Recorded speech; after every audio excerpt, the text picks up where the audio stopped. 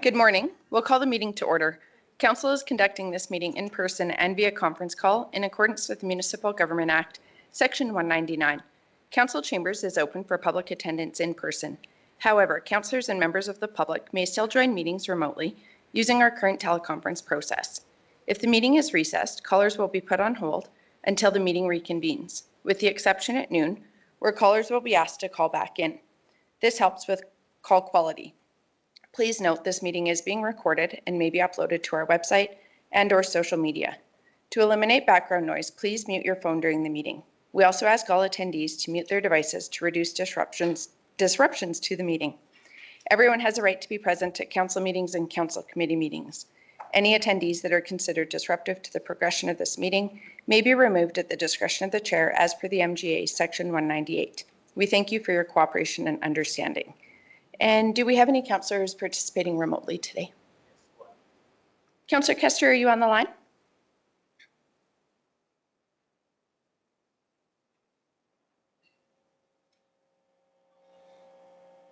Councillor Kester or Councillor Lawerson, are you on the line? I was muted. Sorry, good morning. Good morning, Councillor Kester. And Councillor Lawerson, are you there? So we'll just conduct a roll call and we will modify our voting procedure as per Section 114.4 of the procedure bylaw. We will use a roll call vote for all decisions today, and I'll just start with a roll call. Councillor Laprise. Present. Councillor Bigger. Here. Councillor Eichert. Here. Reeve Link is present. Deputy Reeve Clausen. Live and in person. And Councillor Kester. Present. Thank you, everybody. We have an agenda before us. Does anybody have any additions or changes?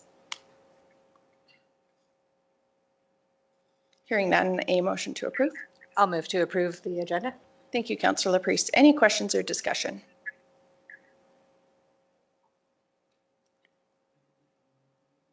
I'll call the question via roll call. Councillor Laprise. In favor. Councillor Bigger. In favor. Councillor Eichert. In favor. Deputy Reeve Clausen. In favor. Councillor Kester. In favor. And I'm in favor, and that motion is carried. We will now move to agenda item 2.1, 2025 Assessment 101 presentation. Good morning. Good morning, Reeve and Council. It's an honor and a pleasure to present to you today. I have several slides, and the goal of this presentation is to expand your knowledge and understanding of the assessment process.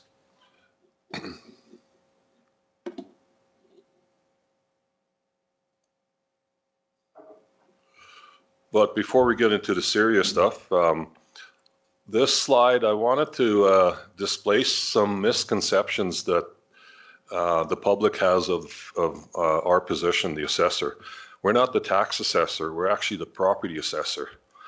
You 7 individuals are technically the tax, what's the term, approve the budget and then approve the tax rates. So, but our purpose is to provide the assessment, which is the basis for the property tax. And then I had a discussion with Brian here recently, and I think him and some of his friends had purchased a little modest property for a little retirement getaway. So he was kind enough to share a picture of it. Okay, on to the formal part of the presentation.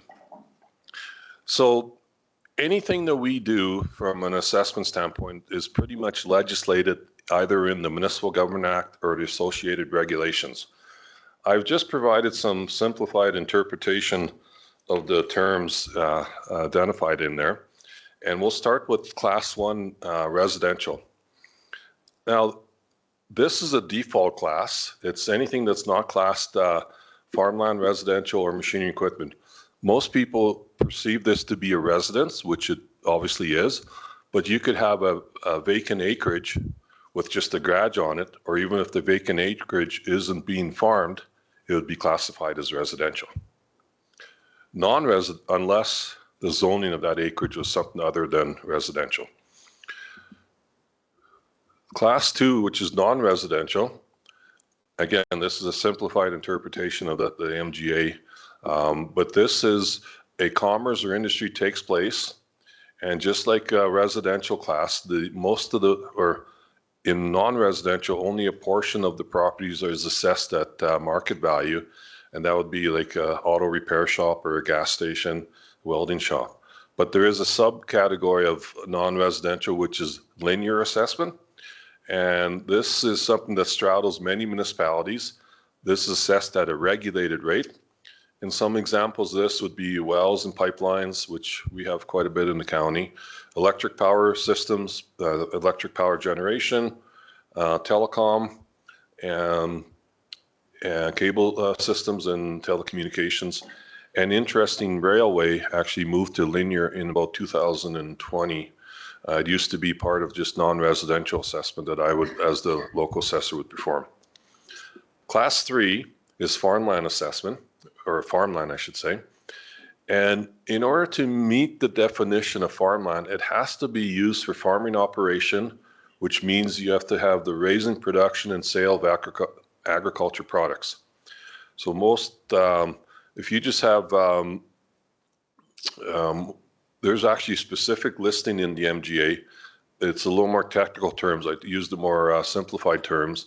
And that being you have to actively be producing trees, shrubs, bees, fish, crops, forage, all those items listed on the list there in order to qualify as farmland. And it is assessed at a regulated rate. The base rate for farmland is, if it's 100% land, is $350 an acre. We don't really have any land that's 100%. We have some stuff in the high 80s, low 90s. And in comparison, this is significantly below the market value of what that land would be worth in the marketplace. However, again, this is a provincially regulated rate. Some of the best land in Alberta is along Highway 2, Olds area, Leduc area, the international airport's under some of the best farmland. And yet, well, that land at best case scenario would be assessed at $350 an acre if it was 100% land. So again, significantly below market value. One other interesting aspect that was added in the legislation a couple of years ago is if the land is being stripped in a manner that it improves its ability to, or more suitable for future development, it doesn't qualify as farmland anymore.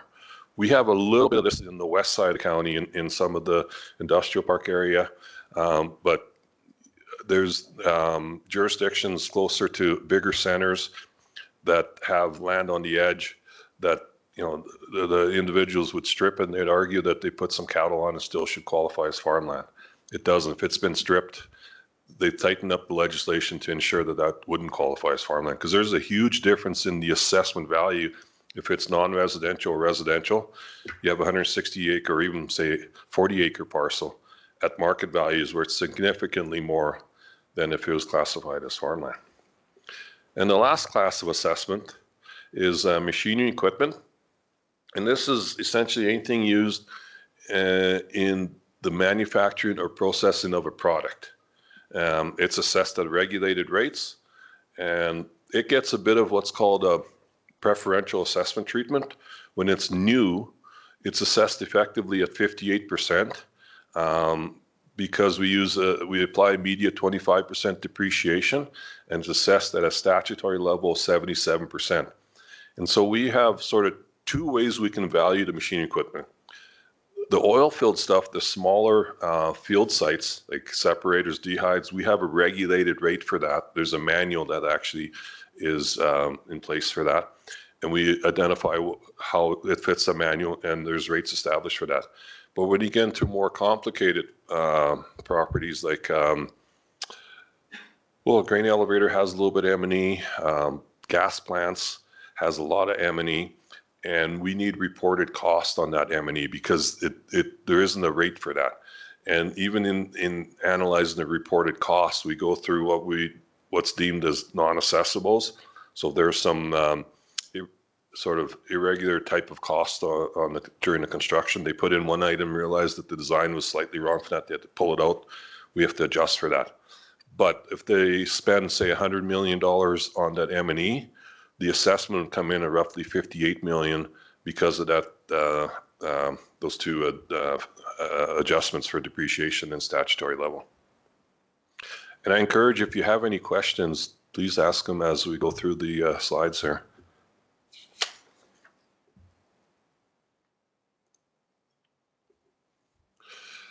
Now, some key dates. I think there might have been a typo in the information I got put in with the agenda. I think assessment was listed twice there, so I apologize for that. But again, the Municipal Government Act stipulates key dates that we can use in the assessment valuation. And one of them is what's called the physical condition date. Well, first off, we're on a market value of July 1st, the year preceding the taxation year. So even though this is a 2025 presentation, it's giving you the information on a 2024 assessment, market value July 1st, but there's also what's called a physical condition date. And that means that, let's say you started construction of a house on October 1st, and by December 31st, you got it to the lockup stage, but you didn't finish the inside. Even though that house wasn't totally finished, it is accessible at the market value July 1st, but we would adjust for the progressive or incomplete components, and we would remove the valuation for, say, the cabinetry and the whatever else is lacking, flooring, interior finish. So that house might be, maybe speculating, 50 to 60% of what its sort of end value would be, but it would be assessed at that progressive value because it was existed prior to December 31st. Conversely, if we had a residence that, say, a sad situation that burnt down on January 15th, I, as the assessor, cannot remove that assessment because it existed there up to December 31st. You, as council, have the ability, if the individual does a request for, say, an adjustment on the taxes, you could consider waiving the taxes. But to my knowledge, I'm not sure that has been done, at least not in the recent future that I recall. But hopefully that doesn't happen, but the odd time that kind of situation can happen, and as painful it is to explain to the individual, we can't do any adjustments for you, just so you understand that this part of the legislation stipulates that. Same thing if the individual started construction on January 1st, he wouldn't see any assessment till this year sometime, and he wouldn't see any property tax on it till 2026. Now, there's two types of machinery equipment. So there's machine equipment which is not designated industrial property. So this has to be operational by December 31st to be accessible and subject to property tax in 2025. So example of this could be an M&E at a dryer cleaner. That new CGC plant is going to have quite a bit of machine equipment, and it won't be deemed in a designated industrial. DIP, however, though, is anything mostly oil field related, and it has to be operational by October 31st. So, you see a well in your area being drilled. If you see equipment set up there, like a separator package, that separator package has to be connected and in use prior to October 31st. So, and that's why fall time is a busy time for me because I'm still a delegate assessor for the province. So I perform the assessment for the designated industrial property, and that September and October timeframe is very busy, and even November. We don't have that many new wells, but we do have some, which I have to validate the equipment on them. We have some oil and gas installations that I need to gather the information on.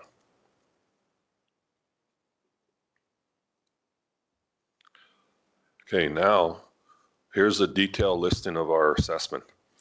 I'm just going to highlight some of the details at the top, and then I'll get into the more generalized information. The two orange one is DIP, designated industrial properties.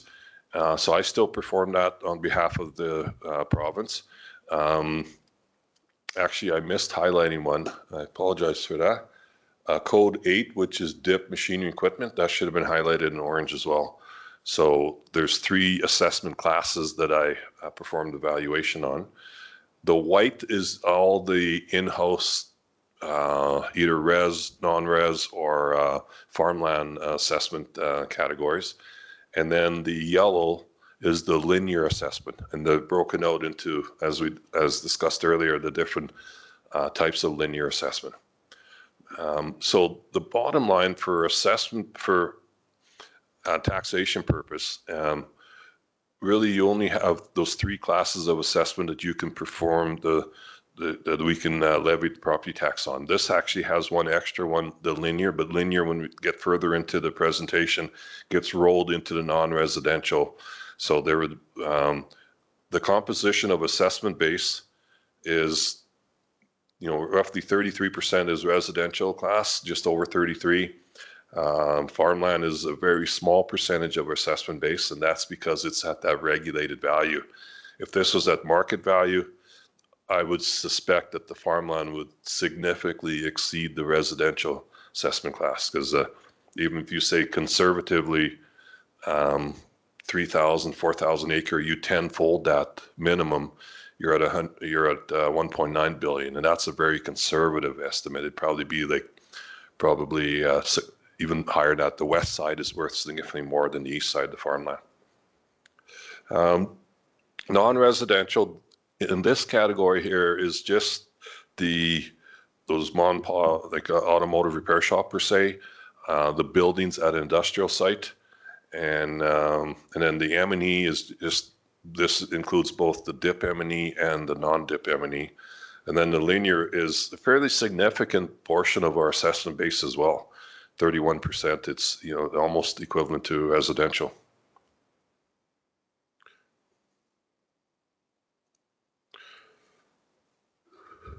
So here's just a quick chart to show you the percentage change between the 2023 assessment that was used for 24 taxation year and the current assessment 2024 that will be used for 25 taxation year. So residential saw a total change of 9.76%. Farmland saw a little bit of decrease.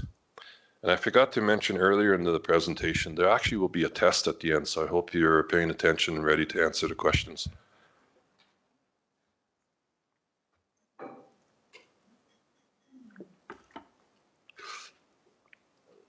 Non-residential saw about a 6.2% change. M&E is 4.7. So of all the assessment classes, residential saw the biggest change, and that's for mainly two reasons.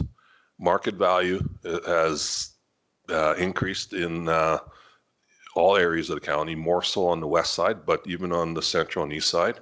And there's been some new construction of residential properties, whether it be houses, garages, shops, those kind of things. Linear has seen a bit of an increase as well. They're the next highest percentage. And further in the presentation, I'll give you a little more detail as to why that happened. But at the end of the day, when we get into the tax rate options, the right-hand side is the four classes that we can levy tax rates, or that you can levy tax rates on. And the respective percentage changes in those assessment classes. Another visual representation of, biggest thing I wanted to show you on, or explain to you on this slide, is that you can see a trend. Linear assessment is getting to be a smaller percentage of the pie, even though it saw a little bit of an increase. M&E, when you compare 5 years back, it's slightly smaller as a composition of the pie. The overall assessment base has grown, but it's a smaller percentage. And non-residential, again, slight decrease from last year and a small percentage of the pie from 5 years ago. But the biggest change is residential. And that's, again, for two reasons. Market value is probably the biggest reason. An average house from 5 years ago is probably worth, I'm going to say conservatively, 50 to 75% higher than now, present day. And there's been probably more new construction of residential than there has been of the other classes. We're starting to see non-residential, come into play with the Origin Business Park and so on. But still, as a percentage of the pie, it's still smaller valuation of, or a percentage of the assessment base. Now, this is just to give you a kind of a broad view of the different market locations that I have established in the county and what the market changes are for those locations. I'm not going to go into too much detail on this. I'll just highlight some of the bigger changed areas. You can see the red line for Lyalta. I don't think, well, I can't point to it, but their average change was 14.6%. And so their average assessment went from 589 to 675. If you go down to Speargrass, code 80 there, the middle of the page, they experienced not quite as much change, but still a fairly healthy change at 15%.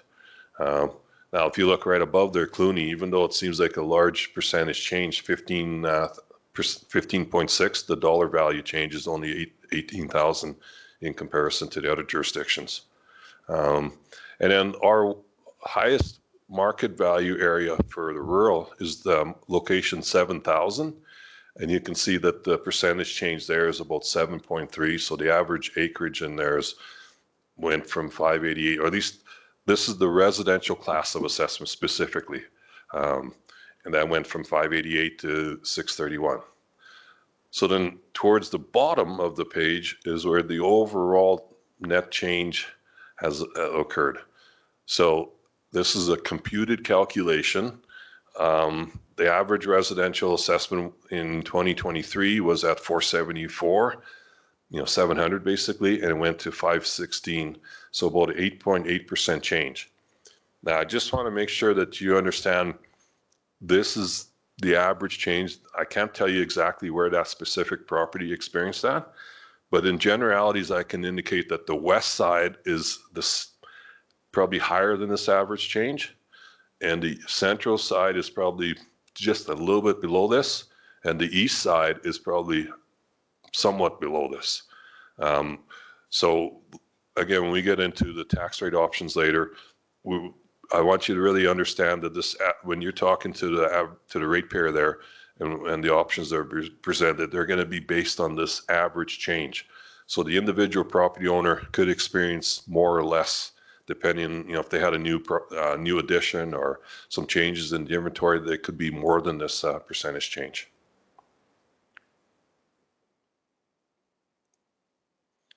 So the same sort of calculation for non-residential. Now, non-residential is there's a lot less of those properties throughout the county, if you will. The highest concentration is probably the Origin Business Park area. And even though this shows a little bit of a negative change here, that's a little bit of a skew because we had some additional properties. One unit got condominiumized and completed, and it's the average market value for most of the land had increased quite a bit, like probably in that 10 to 15% range. So I'm not sure why this calculated adjustment. I think because of the increase in the parcel count slightly, and they were in the lower end of the value because they're around that 500 mark. Those ones that are condominiumized, I'm not sure if they're actually going to be building a second building in the future for that.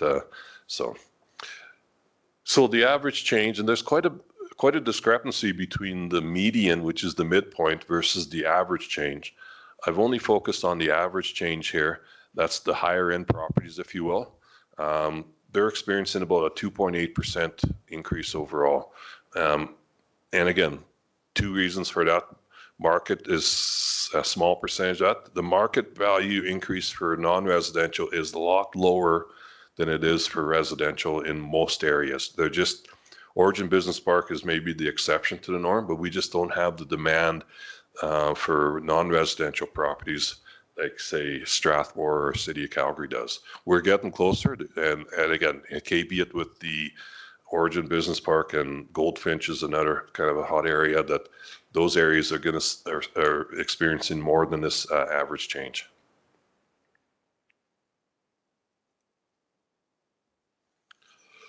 Okay, so now I want to kind of distinguish or help clarify what is linear property versus designated industrial.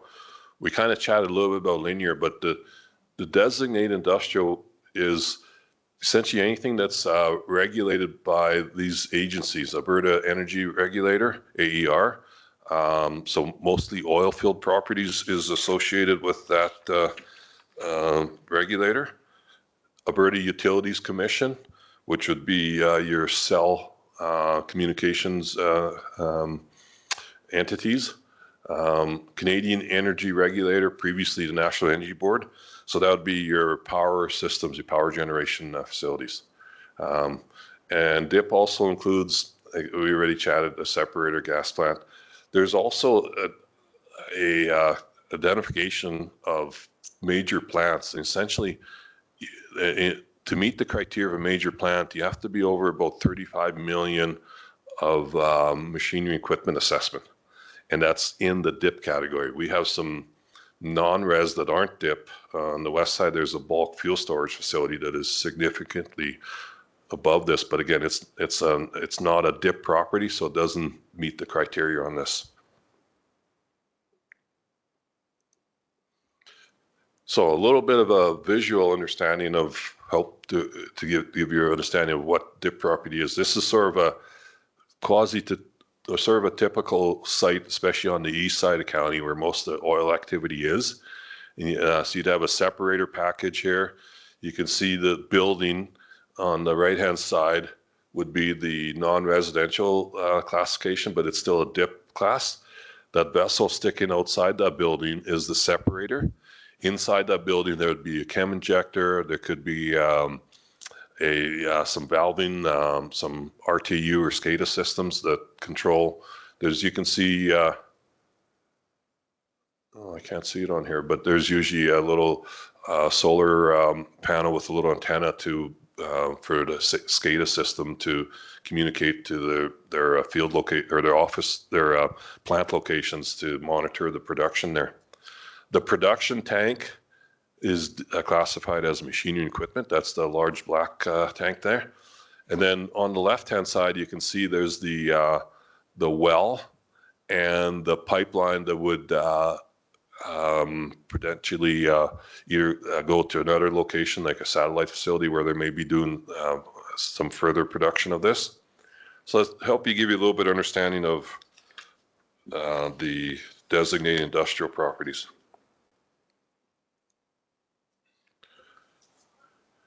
Now, this is oh, sorry.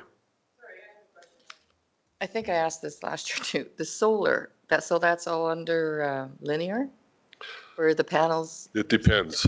There's sort of potentially 3 classes of solar.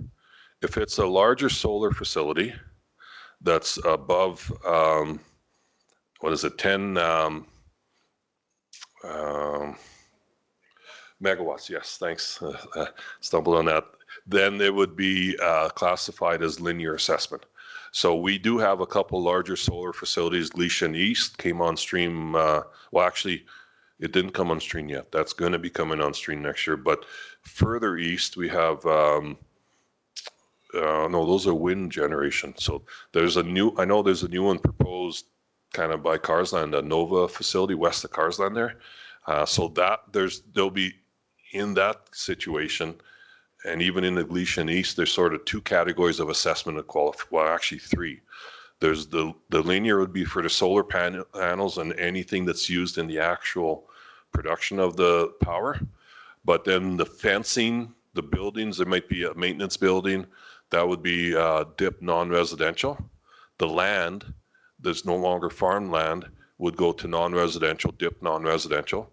And then there potentially could be some farmland that we would qualify it as potentially DIP farmland, because unless the footprint of the solar occupies 100% of the land, any area that still that isn't being occupied by that and still could be farmed and is farmed would be classified as farmland. Just a question on that. I'm sorry. Just a question on that. If these solar raise sheep underneath their panels, does that go back to agricultural? Well, that's an interesting discussion. And there's actually been some jurisdictions like, so the linear assessment is performed by the provincial assessor. I don't have really any involvement in direct assessment, but I've been at sessions where they've discussed this. And currently, they've been holding the line on that and deeming for the most part as non-residential. But in the future, some of the newer solar facilities are specifically, I guess, built to accommodate maybe a better application of sheep pasturing there. And so if I could predict the future, I wouldn't be doing this job. But my gut feeling is there's probably going to be some potential dual assessment class on that. Really, they're looking at what is the intended use of that facility. The intended use is a solar facility. A secondary and very minor use on that is the potential, and they may be using the sheep just to keep the grass down as opposed to using a lawnmower. But it depends on, when the legal individuals get in the room and argue the use of that, sometimes that can get skewed a bit. So currently, the land for the majority of facilities that actually, I think for all the facilities, are assessed as non-residential that is underneath the solar. Now, if you have a peripheral area, maybe a little perimeter around there that clearly isn't being occupied by that may be, I can't say for sure, but that's the area that maybe is a little more lenient towards farmland class, if you will. Thanks, Dennis. In your picture there, looking at the tanks and the shacks, so what about when they're going out for temporary work? Like if that tank was on a skid and the shack was a skid too, is that assessed at a pinpoint? Well, most of these are on a skid, yeah. But we look at are they connected to the inlet line or to the outlet line? There's actually a clear indication that it has to be between the inlet and the outlet valve. So when they're servicing a site per se, and they bring in I've seen situations they bring up maybe 10 tanks, depending on what type. Those tanks aren't really connected there. They're just for that temporary situation.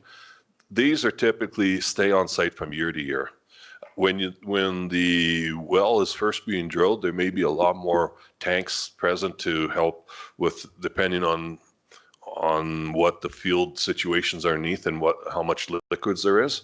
So in generally speaking, the temporary ones are not assessed, but we do have compressors, and pretty well everything on the oil field is on a skid. But if it's connected to the inlet outlet valve, that separator is connected to the tank for dumping the liquids, then that's accessible. Thank you. You answered my question very well.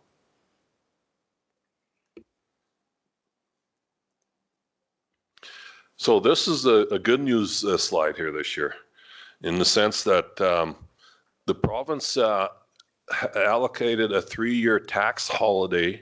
I don't know if you recall from last year's notes, and that's part of the test. No, just kidding.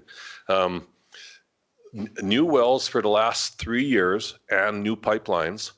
The well and the pipeline was not, it was assessed, but it was zeroed out. It was part of what's called their tax holiday program that the province instituted to shortly after COVID to try to help companies, I guess, thrive and survive, if you will. And so this year, that holiday, well, the 2024 year, that holiday has ended. So the change in assessment, and in particular the change due to growth at 59 million, the majority of that is the accumulation of the wells from the last 3 years that were not assessed. They were zeroed off. There's a little bit in 2024. I don't have those exact numbers, but by far the largest percentage of that 59 million is accumulation of, we've probably had, I'm trying to remember, in the neighborhood of 15, well, maybe a little more, 30 to 40 wells per year, roughly. Very rough numbers. And so depending, like the assessment on the wells, the shallow gas, well, there's hardly any of those drilled, but they're very low assessment compared to the deeper gas or the oil wells, because it's basically a formula that takes A times B times C, and one of those components is the diameter of the well and the depth of the well. So usually in oil, you're going probably above, I'm going to say 4 to 5,000 feet, or drilling down 4 to 5,000 feet, and then you could be diagonal to directional wells. So those, any new ones, and most of those are on the east side. I think there was one off of Highway 901 or 22X, just kind of on the edge of Range 25 or the east side of Range 26, that was drilled a couple years ago, but there isn't as much drilling activity on the west side as there is on the east side. So this is something that will be added and continue to stay on, but this is the first time it's coming on the roll for taxation in 2025. So, you know, the total change, the overall change is 17%, but like I say, the bulk of that is due to those new wells. The other change here is what's called the assessment year modifier. So each year there's a new modifier determined and applied against the assessment to try to bring the cost of the valuation to the assessment year. Usually it's, I didn't bring that slide here, but I think this year they've set up a new sort of parameters as to how they're going to be setting a baseline rate for that modifier.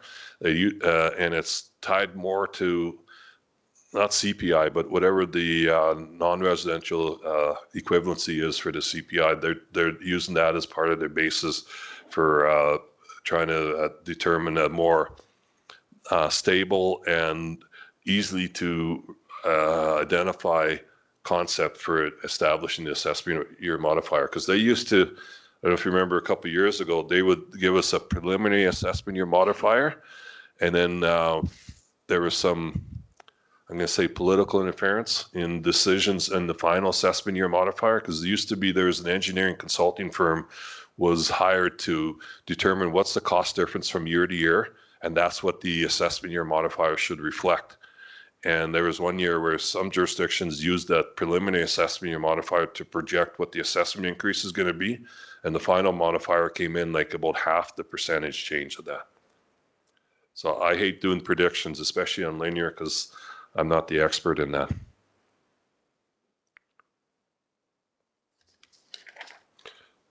Okay, so ready for the test? What's is farmland assessed at market value or regulated rate? Hey, 100%. Look at that. Is Brian's house assessed at market value or regulated rate? Well, thank you for your time here. I have one question. I was going through my assessment, which is very fair. You've done a wonderful job. But because evidently I live on a quarter section of land, I have a thing called RAP.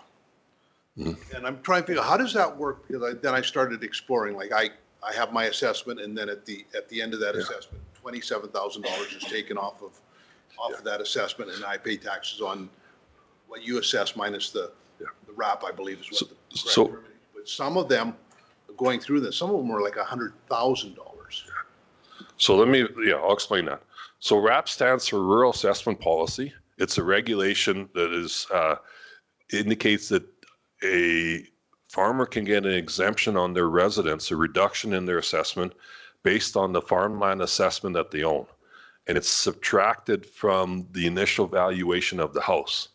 So let's take a simple calculation. The house is worth, and it's only the house value, not the site, just the house. And if there's garages and outbuildings that are deemed residential, again, it's only the house. So let's say your house is worth hypothetically $100,000.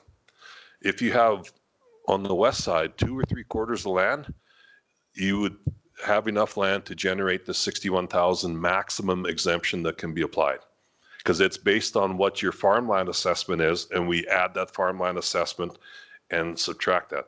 If you see a RAP exemption higher than $61,000, that means there must be another residence on their parcel, because the secondary residence can qualify for a $30,770 exemption. So if you add those two together, you're getting close to $100,000. So for example, Hydrite colonies that have 24 units on their property, they get one primary exemption, $61,540, and then they would get $30,770 for each other unit. So there, so the, I'm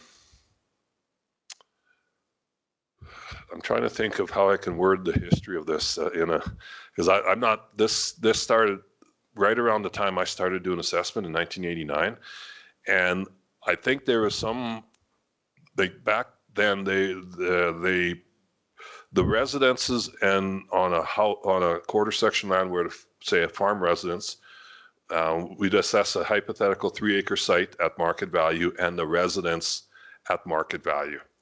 And I think that there was some indication that those residences should qualify for a bit of exemption because they're farm residents. So this RAP policy came into play.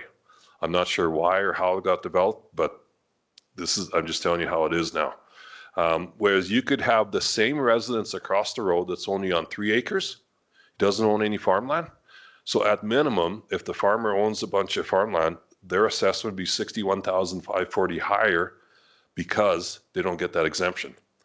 And then typically on the acreage property, all outbuildings, so if they have a garage, a shop, those would all be assessable and deemed residential. On a farm property, the attached garage or the garage is closest to the residence is probably assessed as residential, but the other outbuildings that are in what I would say used mostly or directly with the farm operations, storing equipment, storing livestock, with anything that's related to farming, those are exempt from assessment.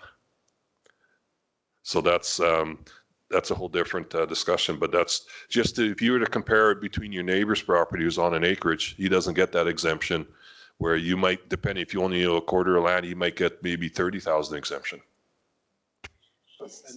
And that's a provincial, that's Oh, yeah. down, that's provincial. Yeah. Yeah, so we because we have the ownership information for land that individuals own in the county, we create a RAP unit, we add their farmland to it, and the computer will calculate the exemption. We put a primary residence on there. The farmer also has the ability to say if they live on the edge of Rocky View or Newell County, Neil County, or Newell even for that matter, if they have farmland in that other jurisdiction and not enough farmland in this jurisdiction, this county, they could add that farmland from there. And because any farmland that you own in Alberta, you can use towards your RAP exemption. Dennis, is there like if someone has 20 acres or 40 acres and they're raising, I don't know, trees, chickens, pheasants, whatever. Alpacas. Yeah, exactly. Is there an acreage limitation? Like how many acres, or is it, is the fact that you're raising something on that still count? Okay, just to make sure I understand your question. If that 40-acre parcel has a residence, the residence itself, we automatically put a 3-acre site on there. Then we look at the excess land.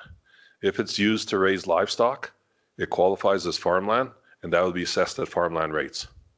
So that individual on 40 acres, depending if it's cultivated land or pasture land, they would get, if that's all they own, they would get very little exemption towards their residence. Well, it goes by acres, so it's not like a 160. Well, it goes by the assessed value of the land. So the biggest thing you need to lock into your mind is as soon as there's a residence, there's a hypothetical 3-acre site and it's valued at the market value of a 3-acre parcel. Because if you were to sell, like especially on a quarter of land, if you were to sell your parcel as 160 acres with the residence, you most likely would command less money than if you subdivided off that residence and actually had a physical acreage subdivision or separate title. That 3-acre typically commands more, especially per acre on the land part of it. But overall, that commands more market value for the house than it would if you were sold with the full quarter of land.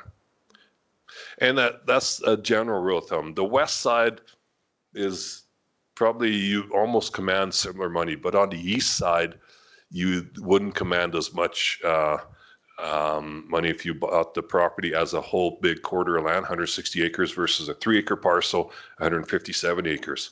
You'd command probably more for that farmland at 157 acres, and that 3-acre parcel definitely as an acreage would command significantly more in the marketplace.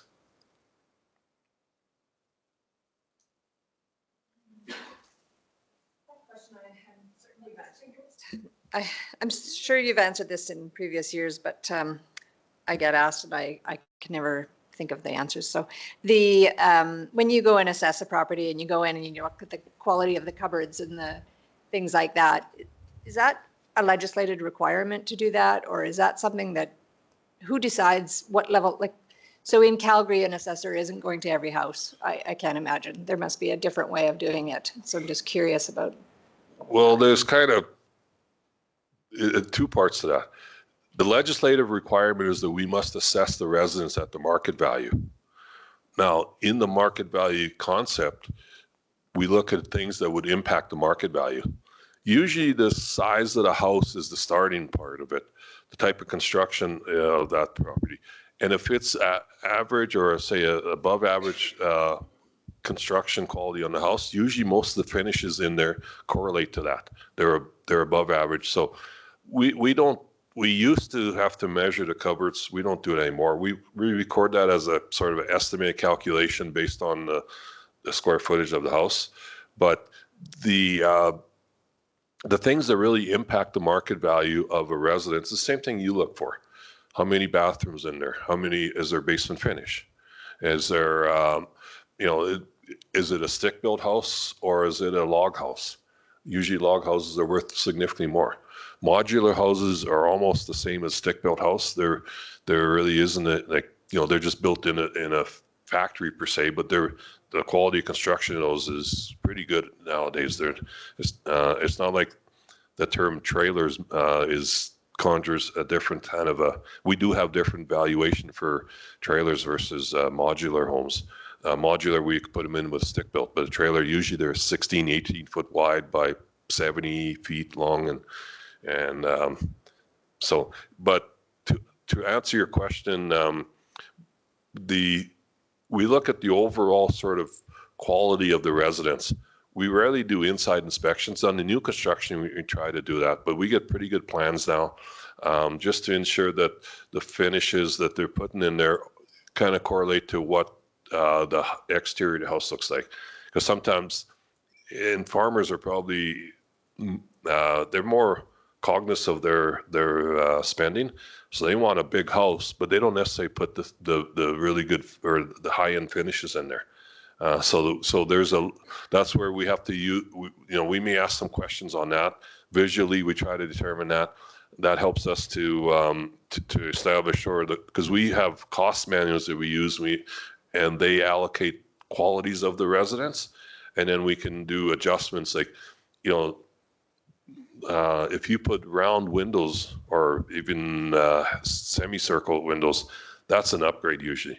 Anything you once you start going less than 90 degrees, your half moon window is worth more than a 90-degree window per se. In generalities, yeah. So those are some of the things we look at. So, but who decides what level of detail you go into when you're so the form that got sent out with all the questionnaire, I guess, for how does it get decided what to ask on that? Well, our assessment department does that, and I along with Cheryl, we reviewed that.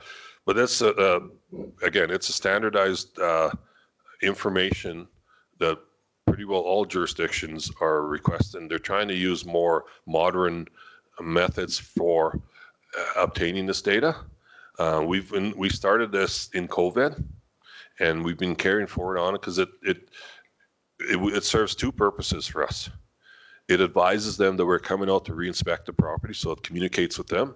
And then ideally, if they respond back to it, it helps us to validate the information that we have on the property, especially renovations, because that can impact the valuation, basement finish, interior finishes, those kind of things. So that's why we use it. It's I'm going to say a large percentage of the rural jurisdictions are utilizing this in some form or another. And it's the same information that, if someone was doing an appraisal on your property, or even you as a prudent purchaser, you would be looking at those kind of criteria to help you determine comparing the difference in the value. So it's we do have the legislative authority to request this information. It stipulates that on the introduction letter there. And there also is a stipulation that if they choose not to respond and then they disagree with our value down the road, well, at least in that year, there could be some impact on their ability to file a complaint.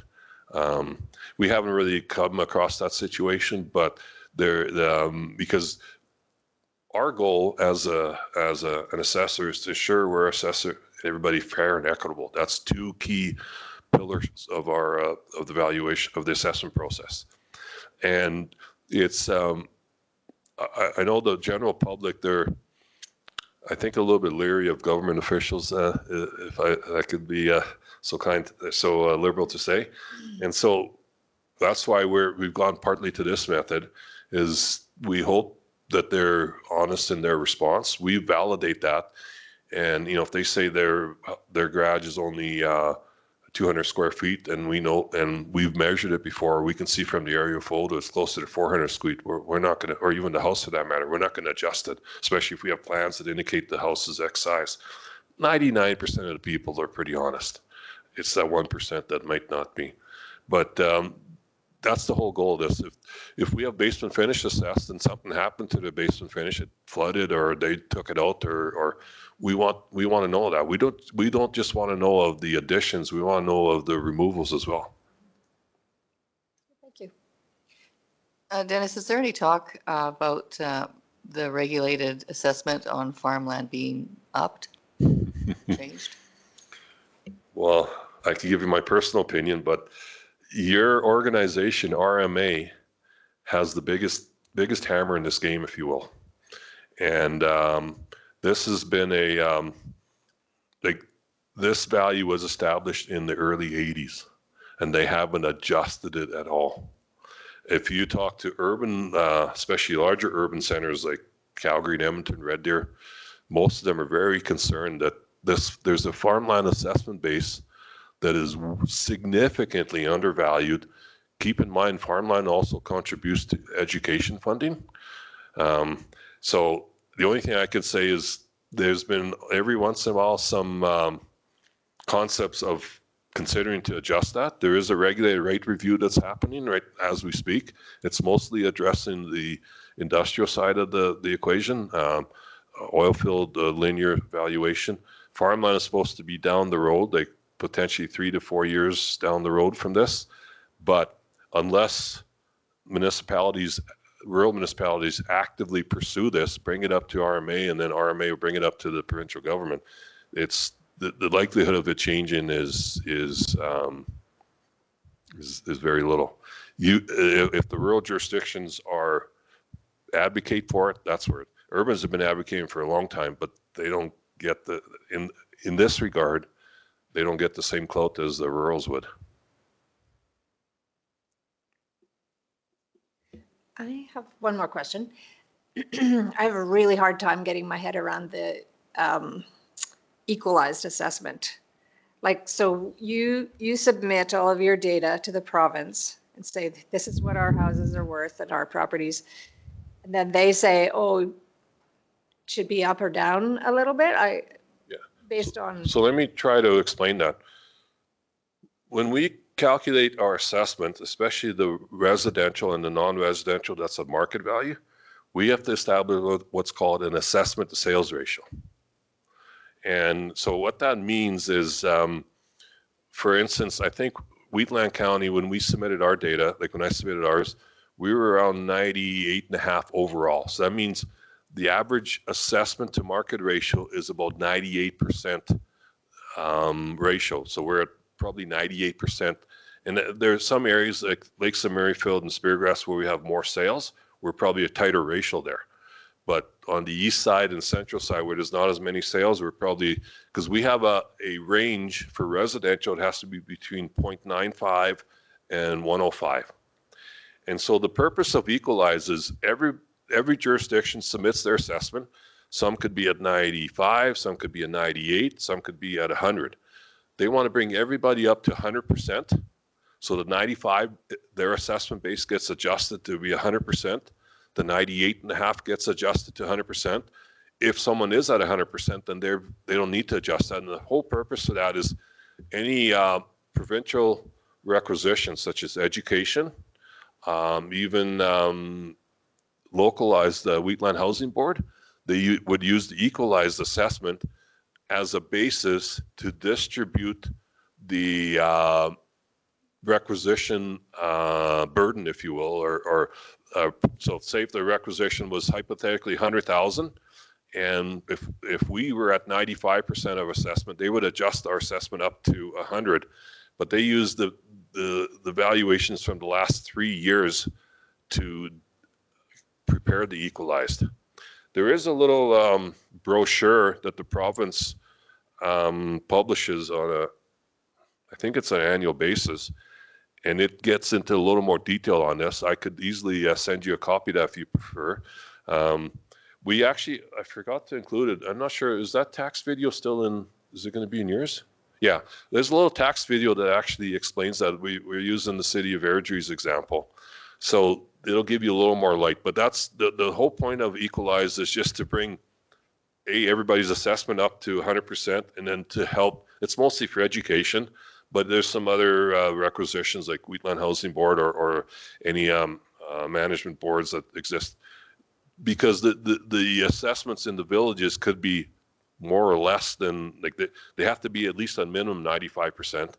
And so they wanted, the purpose of Equalize is to bring the assessment up to 100% for everybody, so that you're doing the distribution on an equalized value, on a level playing field of 100%. So basically the calculation though is based on 3 years of data versus what you're assessing it as 1 year data kind of thing. And don't quote me now, because I think that they use they look at sort of two different scenarios in that. Either the current year's equalized or the average over the 3 years. And then it's, I forget the exact formula. They use the, whatever as the, I'm not sure, whichever gives the higher percentage variance, they would adjust it. But I don't want you to quote me on that. I can dig up that brochure if you want to. Okay. So it's, yeah, that's, at this point, that's all I could really explain on it.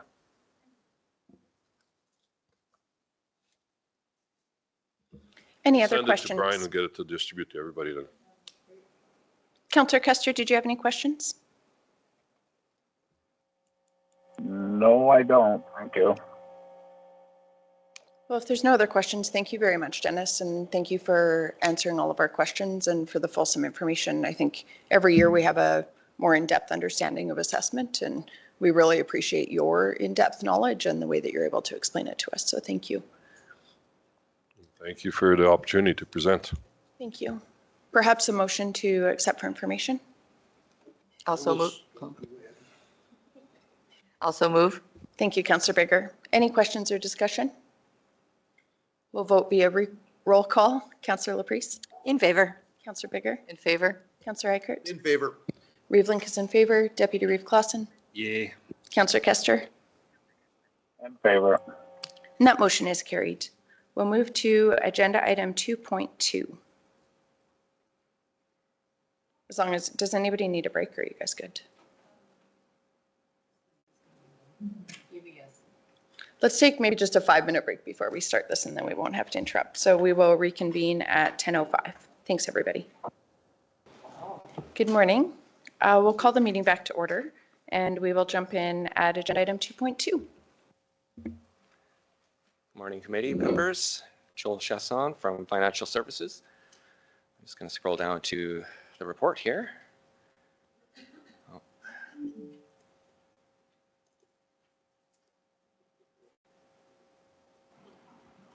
I think if I do this, it'll give me a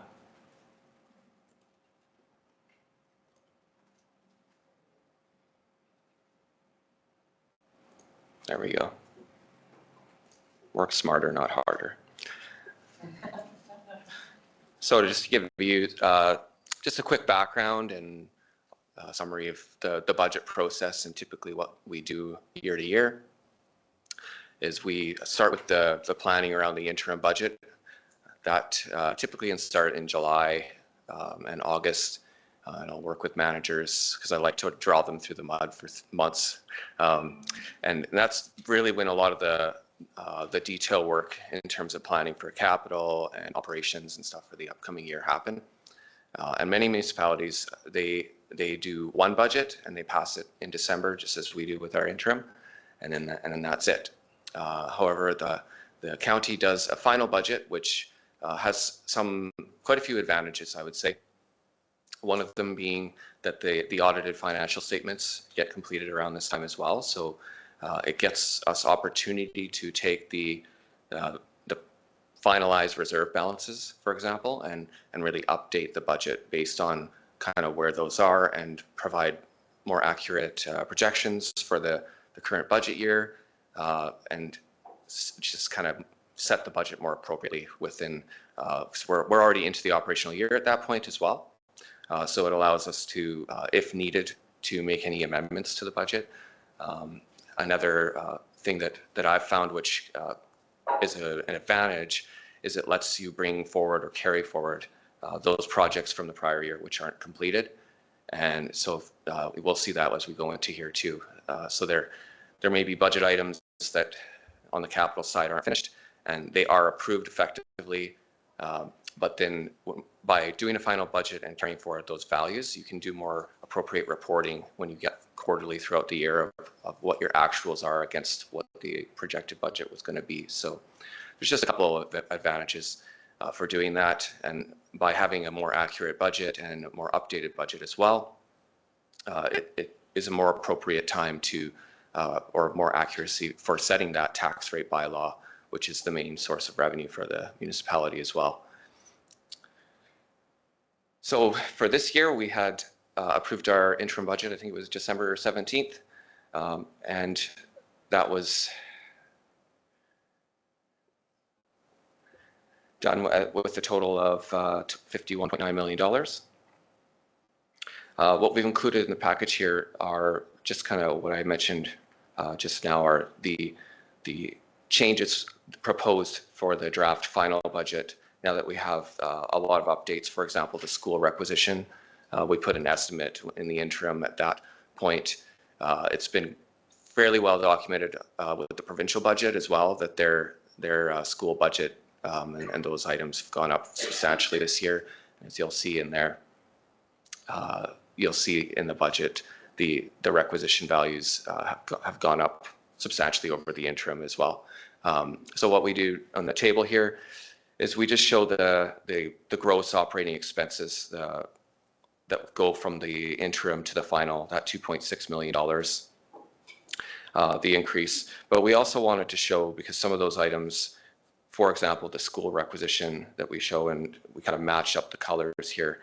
So those things that are kind of flow through. So we're maybe collecting cash on behalf of the province. So they do bill us. So there isn't gross expense. There's an invoice that they charge and they take money from us. So there is an expense that's represented there. But because we get that same net cash through the tax process, it's not really a true expense to the county. So that's why we kind of back those out in that second table to take out things that may not be kind of a current year operational impact. And that comes to that $556,000 for the net current cost increase.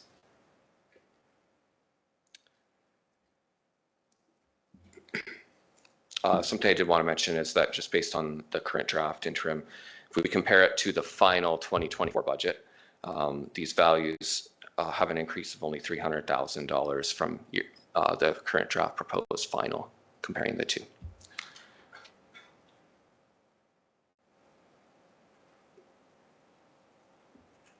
I actually should go up, sorry, and ask if there's any questions about the specific items that are listed here.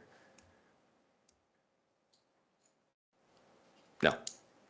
And I would add as well that, so when we drafted this for the purposes of the CAL meeting, there are a couple adjustments that will be, they'll be itemized in the final budget for Tuesday as well. The big one being, there was a capital item for one of the fire associations that was requested by council in a meeting. We'll include the resolution number. And so that's The budget is 660,000. That will also be added to this total. Those association capital items, they get funded through operations because we don't own them per se, so they're not on our capital budget. And so it'll show up as a gross expense because we're paying a proportion of it, but we also fund those through the policy, through the capital reserves. And so they're not funded through taxes directly.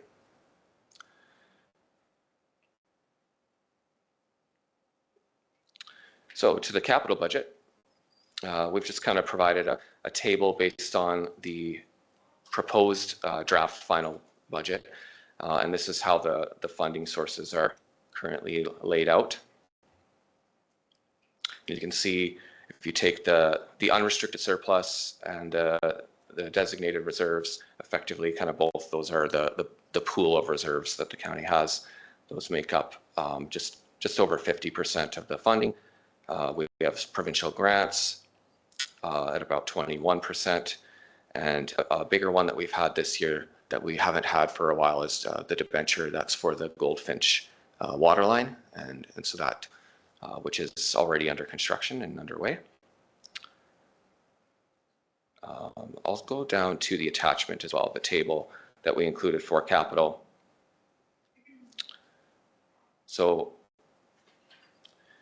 as I mentioned before, what we do in our year-end audit process is we talk with our managers and we ask where they're at with their given projects. Are they finished? If they're not, if it's a multi-year project, do they need some of that value brought forward to the next year? And just ask for updates regarding their projects. And so we list them here in terms of what their asks for. The overall $2 million ask, as we kind of noted in the report, about 75% of that value is due to carry forward and not necessarily new requests, but it's just to kind of bring the budget forward to finish project.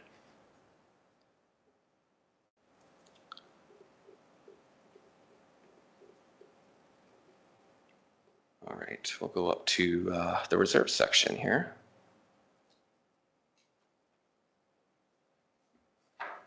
So as I mentioned earlier as well, having the audited financial statements kind of completed and wrapped up, and those will be presented by MNP on Tuesday with a little bit more detail.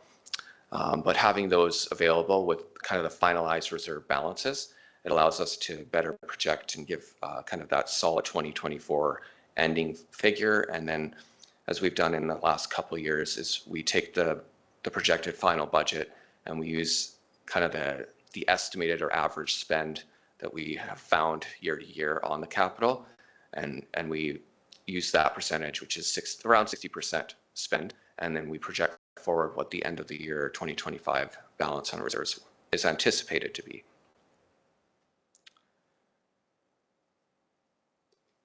So you can see the total here is around $40 million if you combine both the unrestricted and the internally restricted. So we'll just touch a little bit on the tax or kind of revenue aspect of this here, but the next presentation will go a lot more into the tax revenue itself. So in order for us to figure out what level of revenue we require to balance the budget, so to speak, we take that final expense budget, the $54.4 million, and we back out the requisitions, those one-time items, the transfer to reserves, and we come up with the $38 million of net operating expenses.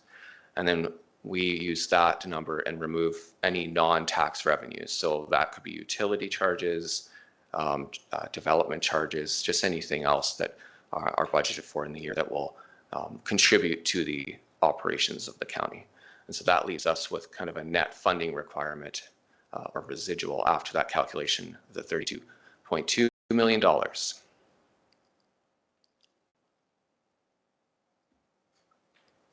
And we've rounded these up just so it's easier to read. That takes that $32.2 million on the bottom of the table there.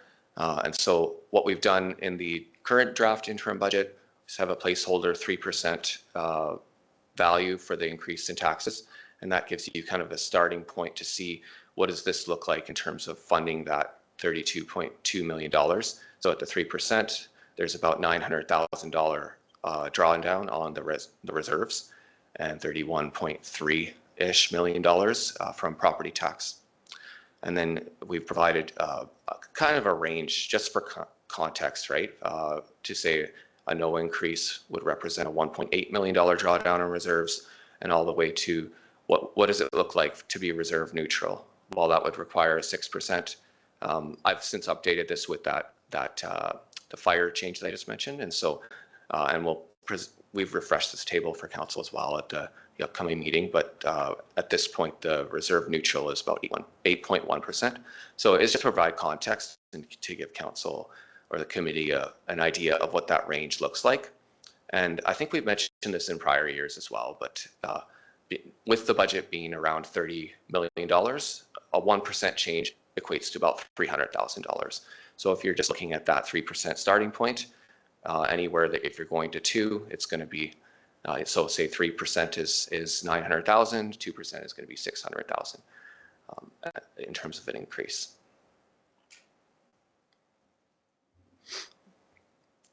Is there any questions?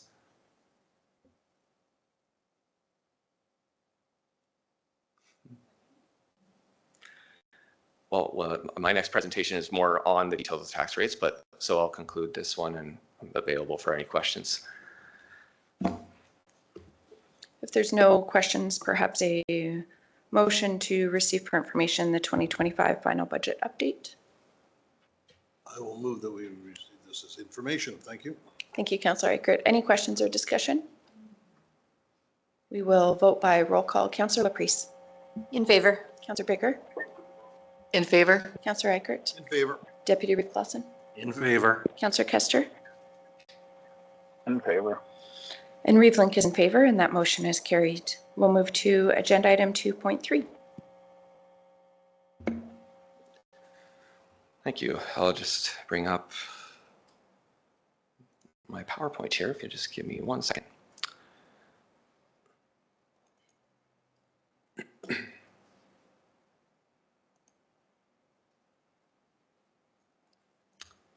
Okay.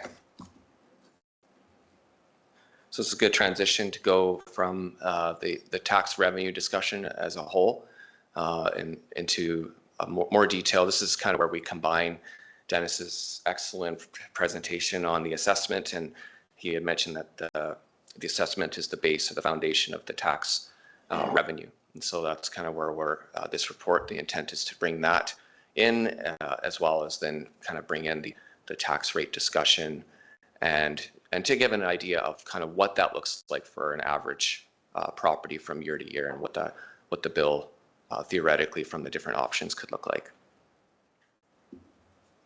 So in this presentation, we're going to propose or bring forward 3 options for review. 2% is one of them, 2.88%. And it's a very specific number, and it's related to a municipal price index, which will be discussed a bit later in the meeting in some more detail. And then finally, the 3%, which I mentioned is our current just draft interim placeholder value for the budget.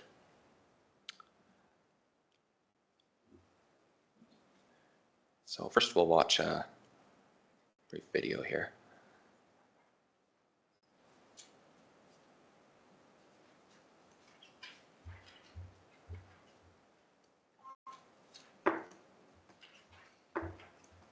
Trying to get full screen mode.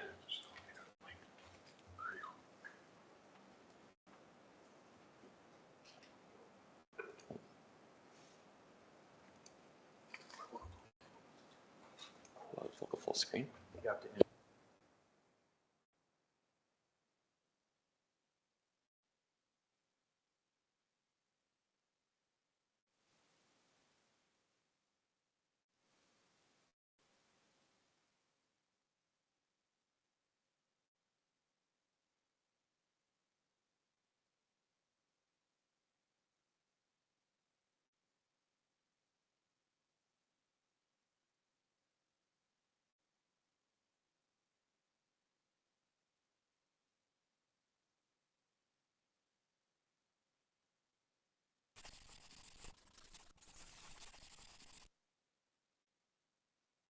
I want to explain to you how assessment and taxation work.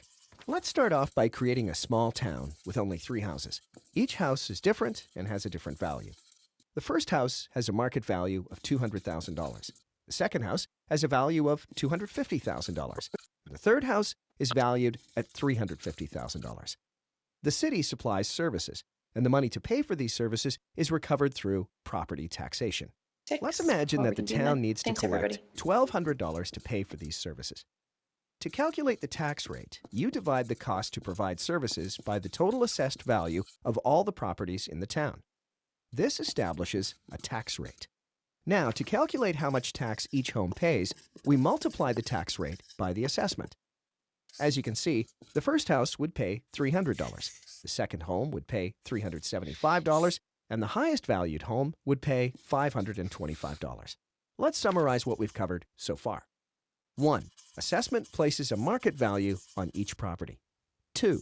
The total assessment is used to calculate the tax rate. And 3. Taxes pay for the cost of city services, like roads, fire protection, snow removal, parks, etc. Let's imagine that another year has passed and that property values have increased by 4%. Now, let's imagine that the cost of providing services has remained the same, $1,200. The tax rate is the cost of services divided by the total assessment. The result is that all owners still pay the same tax as before because the cost of services has not changed. Let's summarize what we've covered so far. 1. Assessment increase does not necessarily mean more taxes are collected. 2. If all assessments go up equally, everyone pays the same as long as the cost of services stays the same. Now, let's imagine another year passed and values did not increase at the same rate. Home 1 remained at the same value, $208,000. Home 2 increased by 1%, $262,600. And Home 3 increased 3%, $374,920.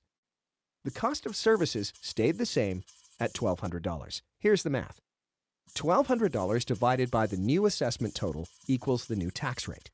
The net effect of the new values sees House 1 paying less tax and the house that went up 3% paying a higher proportionate share. If all assessments do not go up equally, there's a redistribution of the tax. However, the total tax collected remains the same. What happens if the cost of services goes up? Let's do the math. Services now cost $1,400. The result is a different tax rate. As you can see, an increase in service cost results in a tax increase. But suppose that the cost of services went up, but also one more home was now built in the town and it was worth $300,000. The new total assessment is now $1,145,520. This results in a new tax rate. The new house now helps pay for the cost of services, and the result is that everyone pays less. This is a hypothetical representation of how the process works. The key points are: 1. Total assessment value is used to calculate tax rates. 2. An increase in property value does not always mean an increase in taxes. 3. New construction helps pay the overall tax burden. 4. Taxes are based on the cost of providing services that citizens want and need. And that explains how assessment and taxation works.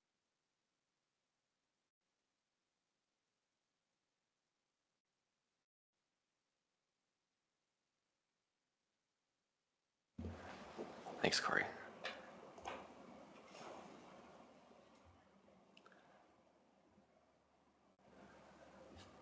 Okay, so we're going to go through the 3 different options here, and then don't worry if there's a lot of information, but we'll kind of summarize them at the end of the presentation in terms of the options and the average bill projected and all that kind of stuff. So just to start, the left side over where there's those yellow bands, the 2024 year-end taxes, that area of the table, it shows the total assessment details, basically that are provided by the assessor. As I noted, these are the foundation of the tax rate discussion. So something to keep in mind is that the 2025 tax revenue, it includes around $440,000 of linear changes, and those are due to the well tax holiday that Dennis had mentioned as well during his presentation. So we base the 2025 revenue calculations against the 2024 final or actual tax revenue. And you can see that on the bottom, we have in that the yellow shaded area, it's the 30.334 million. It's about $60,000 off the budget, which is essentially on budget in terms of $30 million. I think it's like a fifth of the percentage off. So, but just for accuracy, we always refer back to what the actual taxes were, because there's assessment changes and stuff throughout the year. And we use kind of that last December 31st final invoice, so to speak, value to calculate our 2025 taxes. Next to that yellow shaded, we have the 2025 budget, the 31.25 million. So that's just, again, our placeholder current draft interim budget. That's what the value is. It says right there that 3%, which is a $910,000 increase from that 2024 actual municipal tax revenue.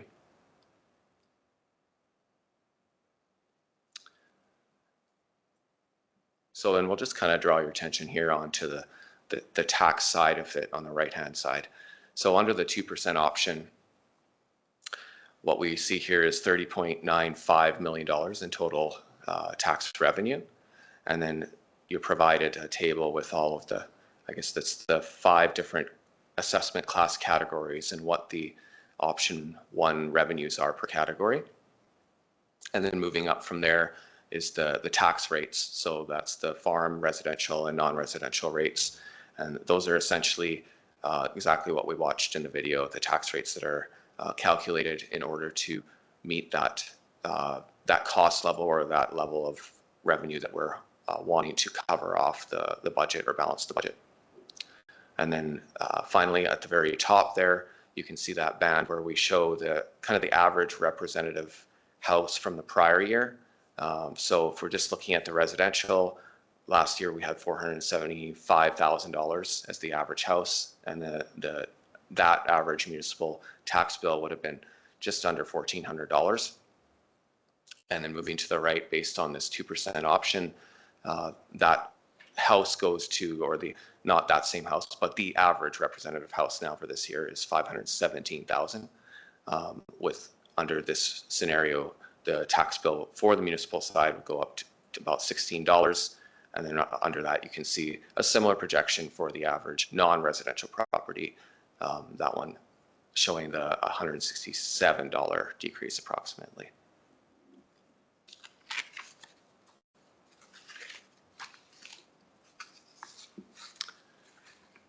So similar data here as on the left, it's all the assessment data is the same. This is the 2.88% option. So again, on the bottom, comparing that to the 3%, the 910,000, we can see here it's 31.2 million in total revenues, which is 874,000 approximately. And it makes sense that it's relatively close to the 3% because it's only 0.12% off of that. But we'll get into the MPI discussion a little bit more later in the day here. And so just to highlight the changes up there, again, for the average non-residential property, it's a decrease in about $97, and the residential, it's $28.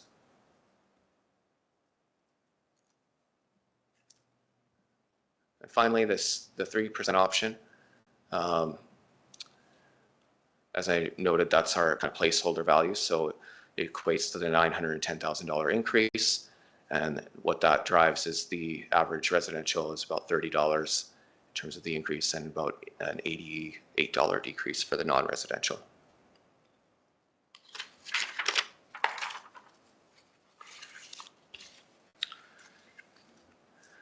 So we hadn't mentioned that the education component of the tax, their requisition has increased substantially in 2025.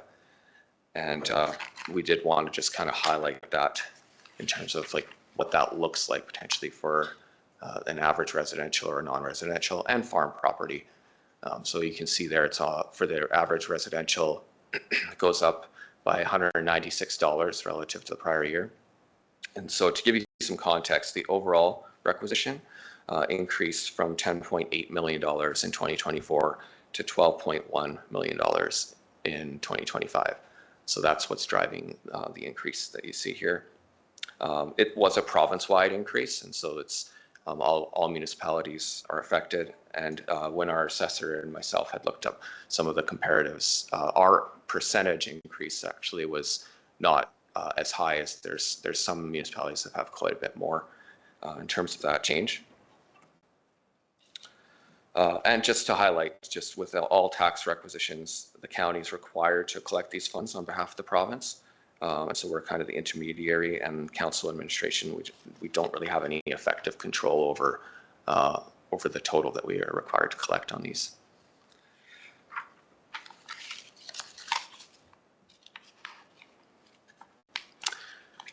So the committee package had included this table which summarizes all the 3 different scenarios, but it also includes the municipal, school, and the WHMB portion.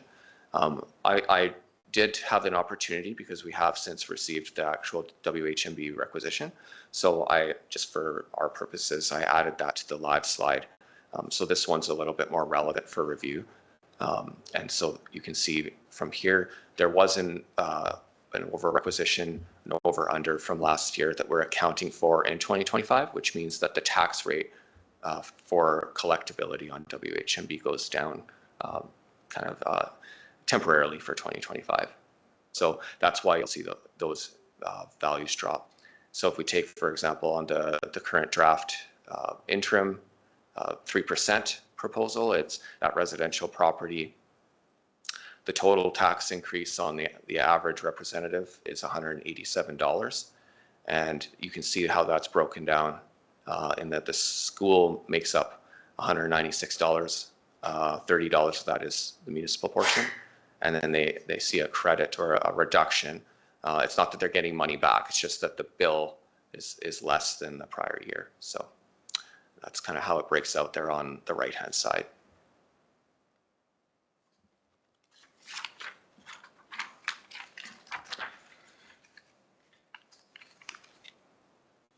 Yes, so that concludes the formal part of my presentation, but staff are available for any questions and discussion. Any questions?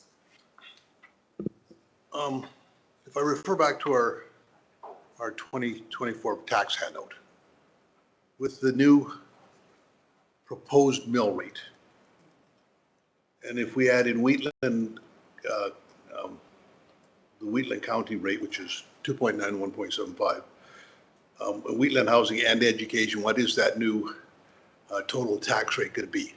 Like last year it was 5.3857. What's it going to be this year? Can you tell me that?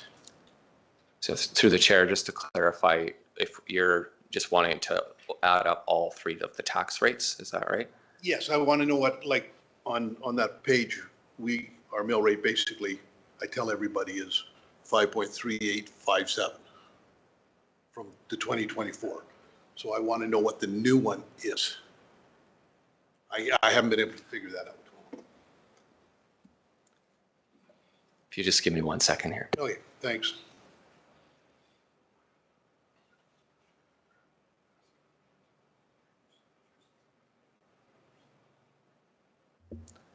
Yeah, we can get that for you. Do you want it for all 3 percentages or just? Well, okay, so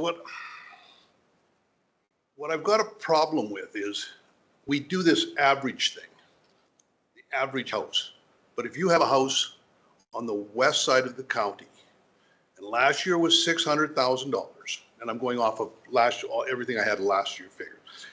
It was where it assessed at $600,000. It now assesses at 15% higher, which is $690,000, which that adds, and we use the same mill rate, that adds $485 per year. Taxes are going to go up on that property. And then we add 3% on top of that, which is another $111. We are talking about a tax increase of $600 for that specific house. It's not an average, I understand that. But these people are going to be looking at their bill and they're going to go, this is another $50 a month. We have not increased our levels of service. And so I'm just trying to figure out how how do we zero out the residential? I'm good with the farmland. I'm good with the non-res, the business and machinery and everything. But how do we zero out for 1 year the residential so that people are not getting hit with this, the big house increase? Like we're getting, the education thing, which we have no control over. And they get to sit up in Edmonton and say, look at, we're going to build $8 billion worth of schools, but they don't tell you it's on the back of all our ratepayers. So all I want to know is, can we do this like in my perfect world? We zero out the increase in housing, in residential, and so that we sort of, if I do my numbers right, it's going to cost a little bit less than $1 million, which will come out of reserves, I believe, because I just took the amount of houses that there were there and knocked off $300 a month off of or $300 a year off of their tax receipt, off their taxes. We have to give these, things are getting tough out there. Farmers are getting their break, but the acreage owners aren't getting the break, right? Like we just walked through if you have a farm, you have 2 houses on that farm, your assessment is $100,000, $94,000 less than if you don't have it. Like we just can't, it's an easy out when you start averaging things, because it's just averaging. But when you've got these massive increases, that your house goes up, it doesn't do you any good as a house owner. Like as a business, if your business's increases, assessment goes up 15%, you can say there, okay, well, I'm going to sell my business and I'm going to get out of the business. But if you live in a house and your house goes up 15%, you can't sell your house because you got to buy back into this hot market. So it doesn't do you any good. So we've got them, this assessment thing is like increased assessment is sort of a good and bad thing. And when things really when the market heats up on certain areas, it's a bad thing for people. So I'm just trying to, how do we protect somebody from having to have a $500 a year increase in taxation and they haven't done anything? That's just, they haven't built anything. It's just, they happen to be the house they live in just because they bought somewhere. So I'm open to suggestions. I'm looking at how do we zero off the residential and actually we have to drop that mill rate for residential. That's the bottom line, I believe. I think that's the only fair thing to do. Done.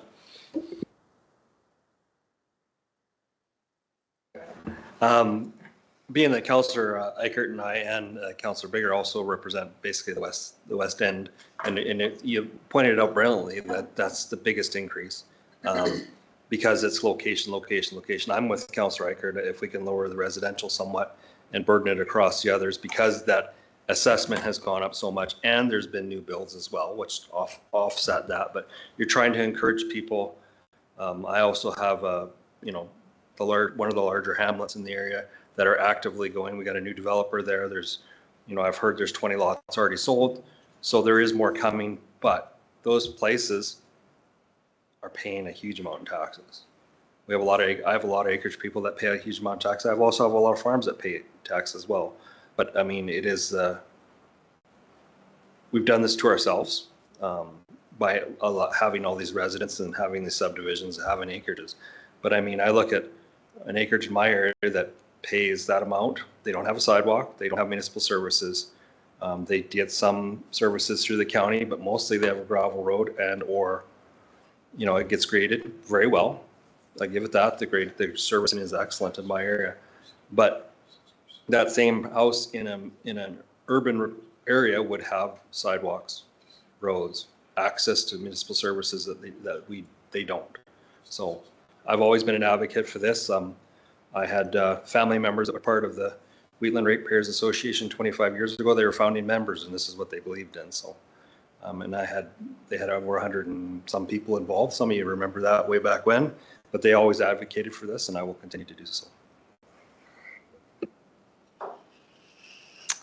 So I don't mind the concept of maybe shifting the burden to non-residential or something like that, but people make a choice about where they live and how they live. That if they choose to live on an acreage, they do that because they want no neighbors, no sidewalks.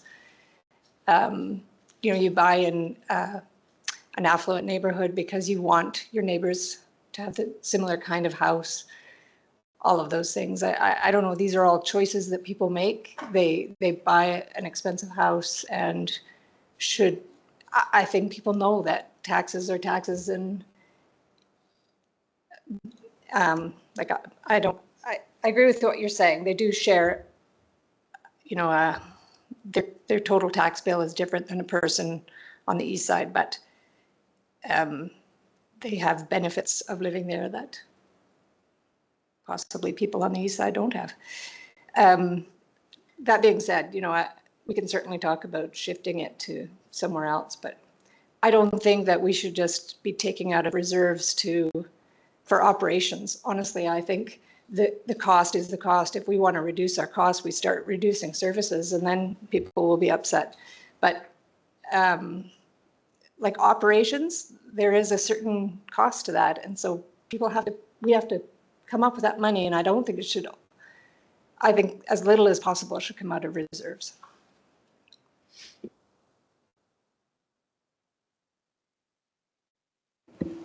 Hi, through the chair. So I just wanted to point out a couple of things that we'll probably see in the asset management presentation, a little bit of the burden that does come against the reserves and some of the forecasting that happens there. So I did want to point that out, that we definitely have a burden on our reserves. One thing to note up here is the residential assessment is basically 1.7 billion is the largest share.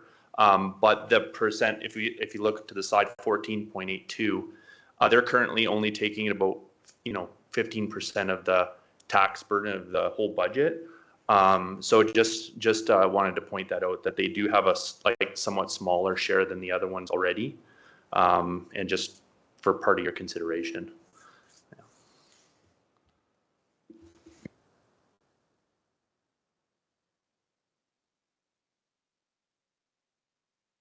Any other questions or discussion?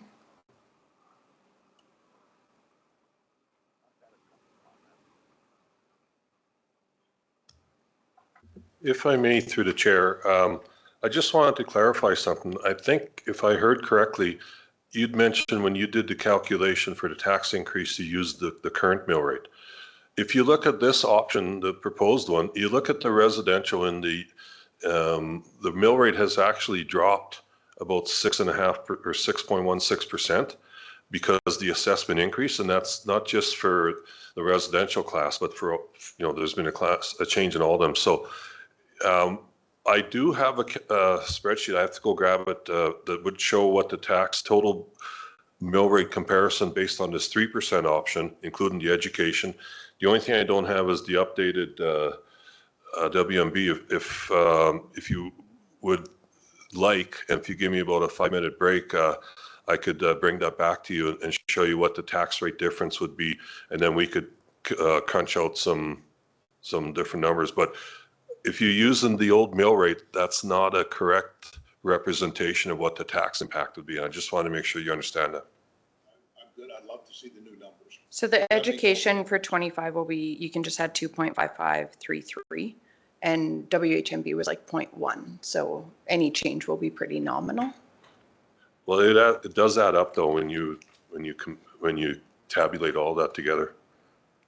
No, I'm just saying like the variance with WHMB 24 over 25 isn't going to be like a hugely significant. That's the biggest impact, because and Joe can explain this better, there was an over collection, and that's why that last spreadsheet, or that last, it shows Page 34. There's a bit of savings on the average residential for that. Okay, so if you can get us the mill rate for the reduced mill rate, because it's gone over an extra decimal place, which is a fairly significant change. Joel, you want to touch on that? Yeah, if I recall, just when I was updating the calculations on the average house, it was, I think last year, about $55 for the WHMB portion, right? So then by going down about by about $40 there. So going from So 0.1 to percentage-wise over the 0.0. overall tax bill, it's maybe like what you're referring to, it's maybe not that material, but if you're looking at just the overall bill as a whole, including all of those requisitions, it does go down. So it would be approximately 0.01 of a mill. It's currently That is 0.1. Okay. So the current, what you would add on to the proposals here would be 2.5633 approximately for school and housing for residential, using the 25 education rates. I included, yeah, and then you would decrease. That new mill rate number, like the new. For which percentage? We always go with the smallest percentage. That's what we. Well, I believe we had done our budget based on 2.88 was what we had originally budgeted. Just through the chair, it was 3. 3? Okay, my apologies. So then the new residential mill rate would be moving from, in 24, it was 2.9175, and it will be moving to 2.7377. If, oh no, sorry. Still, that's just stays the same. No, that's down. So yeah, it is going to be about the same. The municipal mill rate reduction will approximately counter the mill rate increase for education, approximately. If I can get that real number, just so I can. I can do it right now.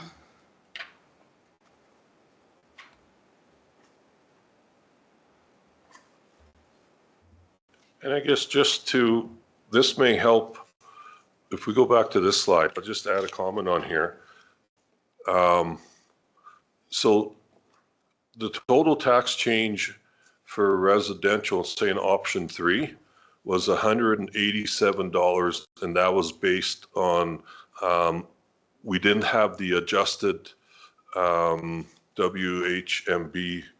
calculation in that, correct? So effectively, we're going to see another $40 reduction from that total bill.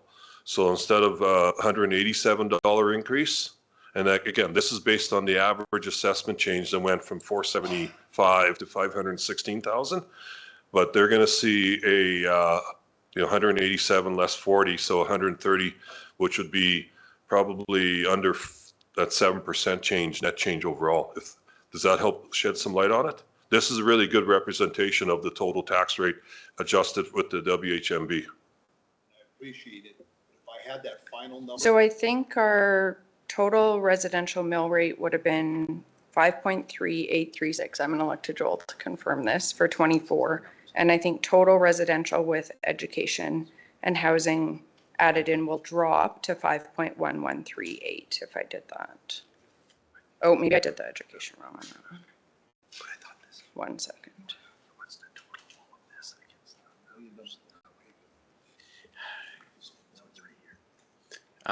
Just through the reeve, potentially, if council or the committee does have questions, very specific questions, perhaps they could just provide them to administration at this point. Then what we could do is we can move to another presentation, because we do have another presentation after this one on the asset management plan. And then we could come back to this, just so council does have that full information in writing in front of them. And it's just, we're not kind of making calculations on the fly, and also have some more time to thought into this one before moving forward. It's great advice.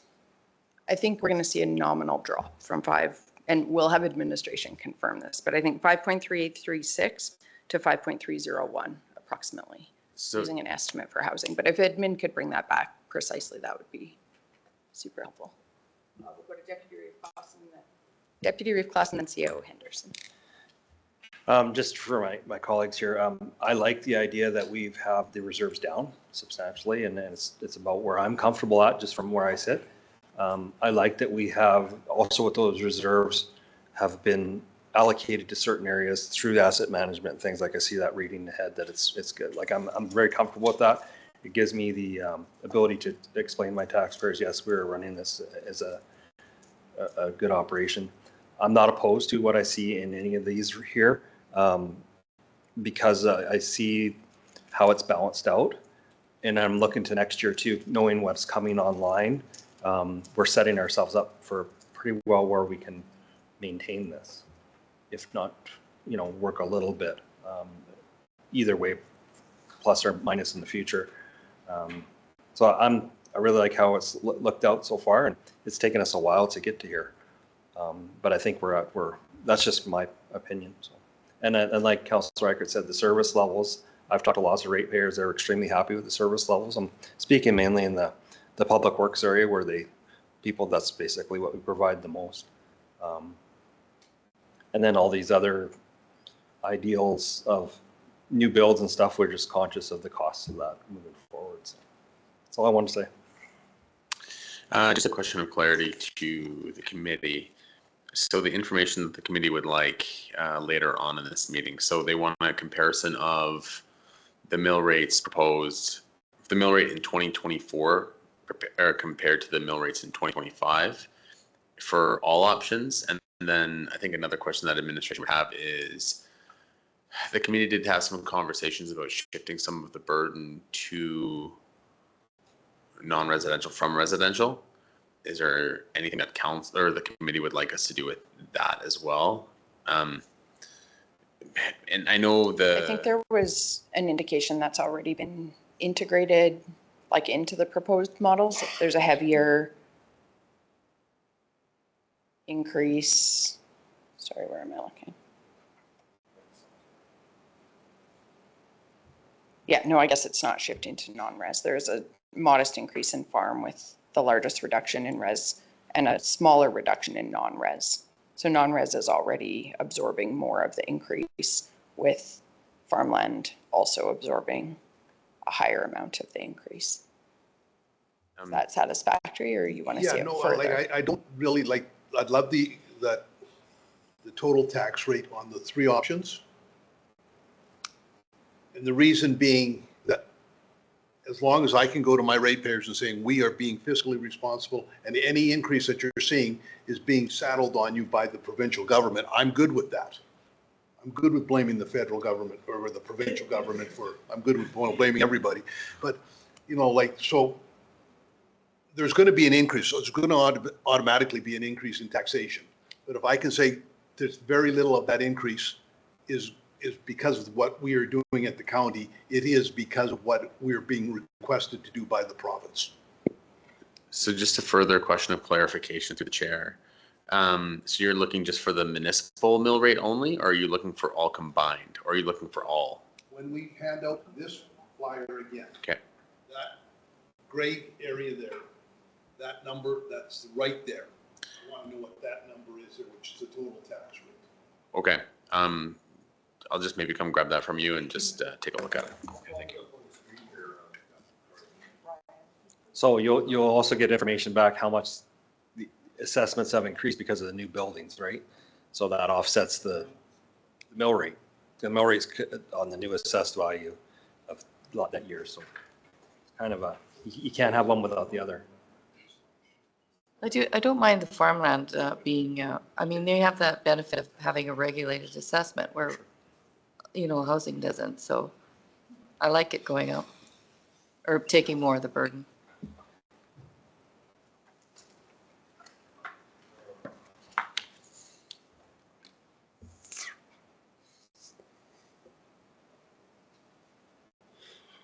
Through the chair, if I may, do you want me to bring up that brochure on the PowerPoint so everybody can see, or, on the screen here? I can pop it up. It's right.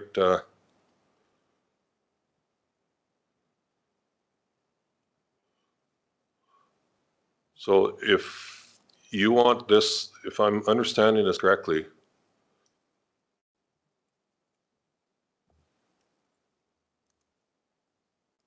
this area here, you want the updated rates for all options, or just the 3%? If you could do it for all options, that'd be, but if it's too much work, then just give me the 2% option. If I may, through the chair, if you look on the first page of this brochure, why isn't the composition is going to be quite similar to this little pie chart that's on here. The difference is education will be most likely around the 100 and almost 200 mark.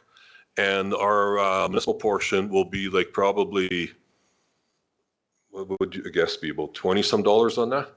Like it would be a similar composition to this, quite similar, without doing the detailed calculation, but by far education be the largest percentage of the pie, just like they were last year. So just to give you, and the net change in taxes 160, and that was based on that average change. It'll probably be over, $200 now, because it would correlate back, if we go back to the PowerPoint and look at this option here, this has, let me go full screen here. This already has it, just we have to do one little calculation on it. Why can't I get this? This net change in taxes on option 3 is $187, and of that, $29 is municipal portion and $196 is education. And now we're going to be we didn't show the breakdown of, well, actually we did on the previous slide, but there's going to be a savings in the WHMB of about $40. So the net change actually will be, instead of 187, it'll be $40 less, or $39 and change less. If that helps you maybe grasp the understanding now.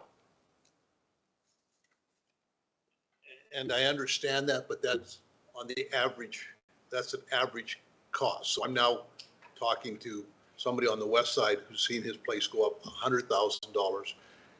And I just want to be able to explain to him that the fact that his taxes are going to go up substantially, it's not on the county, it's on the government. It's on the provincial government. Yeah, and through the chair, I appreciate that feedback on that, and it actually gives us good information for the next iteration of these reports to include, because the background table on these, we do have those rates. It's just trying to roll them up and show an average, so we can definitely go back and get those printed out and sorted. I am really, really happy, like on that brochure, whoever thought that up, that's amazing. It solved so many problems for me because I can direct ratepayers to what the actual cost is and what the cost of municipal government is, what the cost of the education is, what the cost of all our other requisitions are. So I really thank you very much for that brochure, but since I'm trained in that brochure now, I need to know what the new numbers are so that I can sort of tell them what they're looking at. So. Through the reef, if just one more question, clarification. So we're going to provide the community the updated tax rate numbers on that, as mentioned, compared to the 2024 mill rates. Is there anything else the committee would like after this? Because I had heard some discussions from the committee about potentially shifting some of the tax burden from residential to non-residential. However, I also understand that you may not have an answer to that until you see the new mill rates. So perhaps administration will just prepare this first, and anything else that we kind of gathered from this presentation, or this, presentation, work on other stuff, and then come back with that information. Is that a good plan for the committee? That's good with me. Okay. Thank you. So perhaps at this point, we could have a motion to table this until, would you prefer the last agenda item? Yeah, and then perhaps maybe if the committee could give administration a 5-minute break just so we could chat, and then we could get the next presentation going that doesn't involve Joel and Dennis. And then we can get them crunching numbers and bring them back to the committee prior to lunch. I just thought of a question. Do you have like readily available information about what other municipalities do in terms of the non-residential tax burden, how much they, no, yeah. I don't want to spend a ton of time on it. I thought if it was. Municipal Affairs has a dashboard where you can play around and compare. By municipality? Yeah. Okay. So we actually do also have that table. Like we were just reviewing it at like 8:20 before the meeting today. So we can provide that information as well. Yeah, if you could Readily circulate available. it to Yeah, council, that we would will. be great. So if possible, if we could just get a 5-minute break. Certainly. We'll go from there. Let's break until 11:06. We'll reconvene then. Thanks, everybody. Good morning. We'll call the meeting back to order. Looking for a motion to table agenda item 2.3 to the end of our agenda. Maybe following 2.7 before we go into closed session. Is that okay, Brian? Yeah, yes. Okay, perfect. I will make that motion to table it. Thank you, Councillor Eichert. I'll call the question. Councillor Laprise? In favor? Councillor Bigger? In favor? Councillor Eichert? In favor. Deputy Reeve Clausen? In favor. Councillor Kester? In favor. And Reeve Link is in favor. That motion is carried. And we will move to agenda item 2.4. Morning, committee. Harry from administration here to present an update to the master asset management plan. I know committee's been asking about the status of this, and I'm very excited to share the progress and work that we put into our asset management program. Just some background information. A couple of years ago, you received an asset management plan on bridges, and plan back then was to each items 1 year at a time. So we were going to do bridges, utilities, roads, but we realized to get a picture of all our assets, it was going to take a lot of years. And by the time we got to an asset, the bridge is already 2 years old, maybe outdated. So what we did is we pivoted to this master asset management plan, where it's a comprehensive annually updated document covering all of county assets. So when a councillor or someone asks about bridges, you're not receiving a 160-page document about bridges. You can just refer to this high-level document for general overview about the specific assets. And what we're going to do is we're going to update this master asset management plan as annually, and then supplement it with a asset-specific asset management plan. So going more into details with roads and other assets that we have listed here, and update whatever the findings we have, update it into the master asset management plan while updating all the other assets so that everything stays up to date, and it's a single document that we can refer to for all our assets. This ensures an accurate reflection of our asset portfolio and helps with our long-term management needs. The data that we used, an asset management plan is only as good as the data you use. The data we used was our GIS data, which had a lot of data gaps. This asset management plan is mostly based on year built, and we were missing a lot of that information. So Conrad, our GIS technician, worked with our managers to really improve our GIS data so that it had year built information to start. If you do an asset management program with unknown information, you're going to get a lot of unknown results. So we spent extra time, extra effort into really refining our data to make sure that we got the most accurate asset management plan as possible.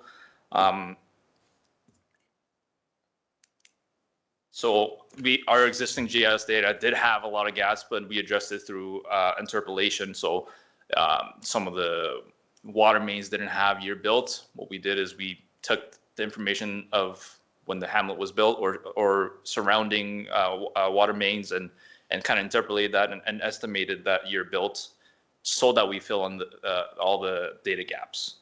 So there are some assumptions being made, but that's just nature of not having information about that. But that could be improved in the future when we're going into the more specific asset management plan, where we're actually looking at improving that data, getting staff feedback, looking at engineering drawing. But at least we're able to get a full picture of what we're setting at. So the current status is that we just completed the review of third iteration of the inventory review, which is what's attached with your agenda package here. And we're waiting on the next draft, the fourth iteration, and it's expected to be one of the last iteration unless something significant is identified. And I'll just go into more details about why we're going through these iterations and what that entails. So obviously this number is subject to change because we made changes, but the total estimated cost for replacement for all of our assets currently is $503,384,000.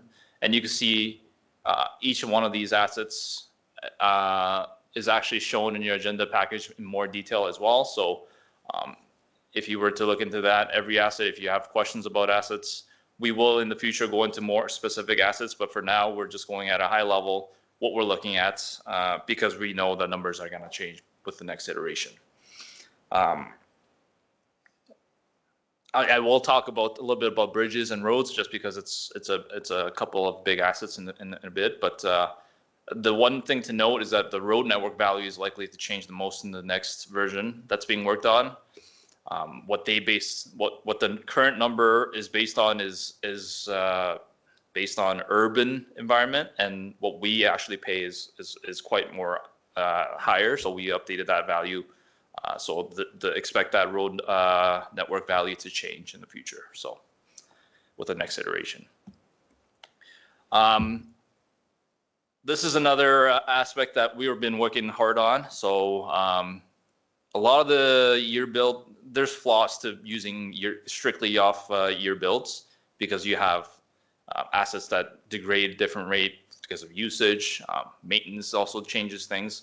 So one thing to note is that we have currently 18% of assets in very poor, but expect that to improve because that was just based on age, and we know we have a lot more assets in a better condition. So we're actively looking to update that, especially on the road network. As you can see, there's quite a bit of red there, and that condition should improve that's something that we noted and is looking to update. So in the next iteration, expect that to change, but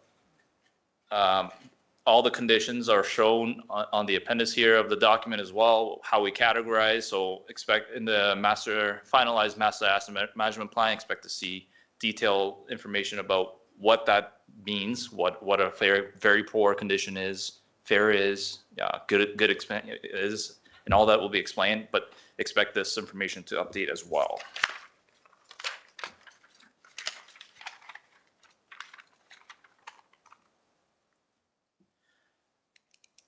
This is one of my favorite part of the AM plan. It allows us to forecast some of the capital requirements that we may have. As you can see, you have all the different assets in different colors, and we do see a couple of walls coming, and that's the bridges. Bridges and culverts. Now, I wanted to note this is a 100-year forecast, and each one of those bars represents a 5-year sum total. And currently, our forecast is at 13.3 million capital requirement over the next 100 years. But expect this value again to change with some updates to the values that we use. And I did want to note that this bridge here is actually repeated. So our current life cycle for bridges is 50 years. So at 2075, there's a large estimate where we have all these bridge assets being renewed again. So it may seem like a lot, but it's because the life cycles come through, and it's a long projection, right? It's 100 years, so something to note.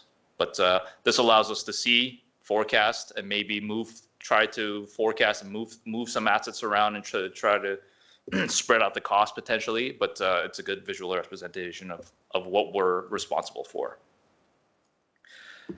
Another one I wanted to talk about was service life remaining. As you can see, we're in pretty good shape for most part for service life remaining. I did want to note some of the service life expired is noted in red. Again, that's just assets that are surpassed their expected lifespan, but we do a lot of good maintenance. So we have items in there that are technically service life expired, but in very good condition. So in those cases, they would get recategorized, and then their maintenance schedule allows it to be extended into the future. And I did note here again, based on age, not always reflective of their actual current condition.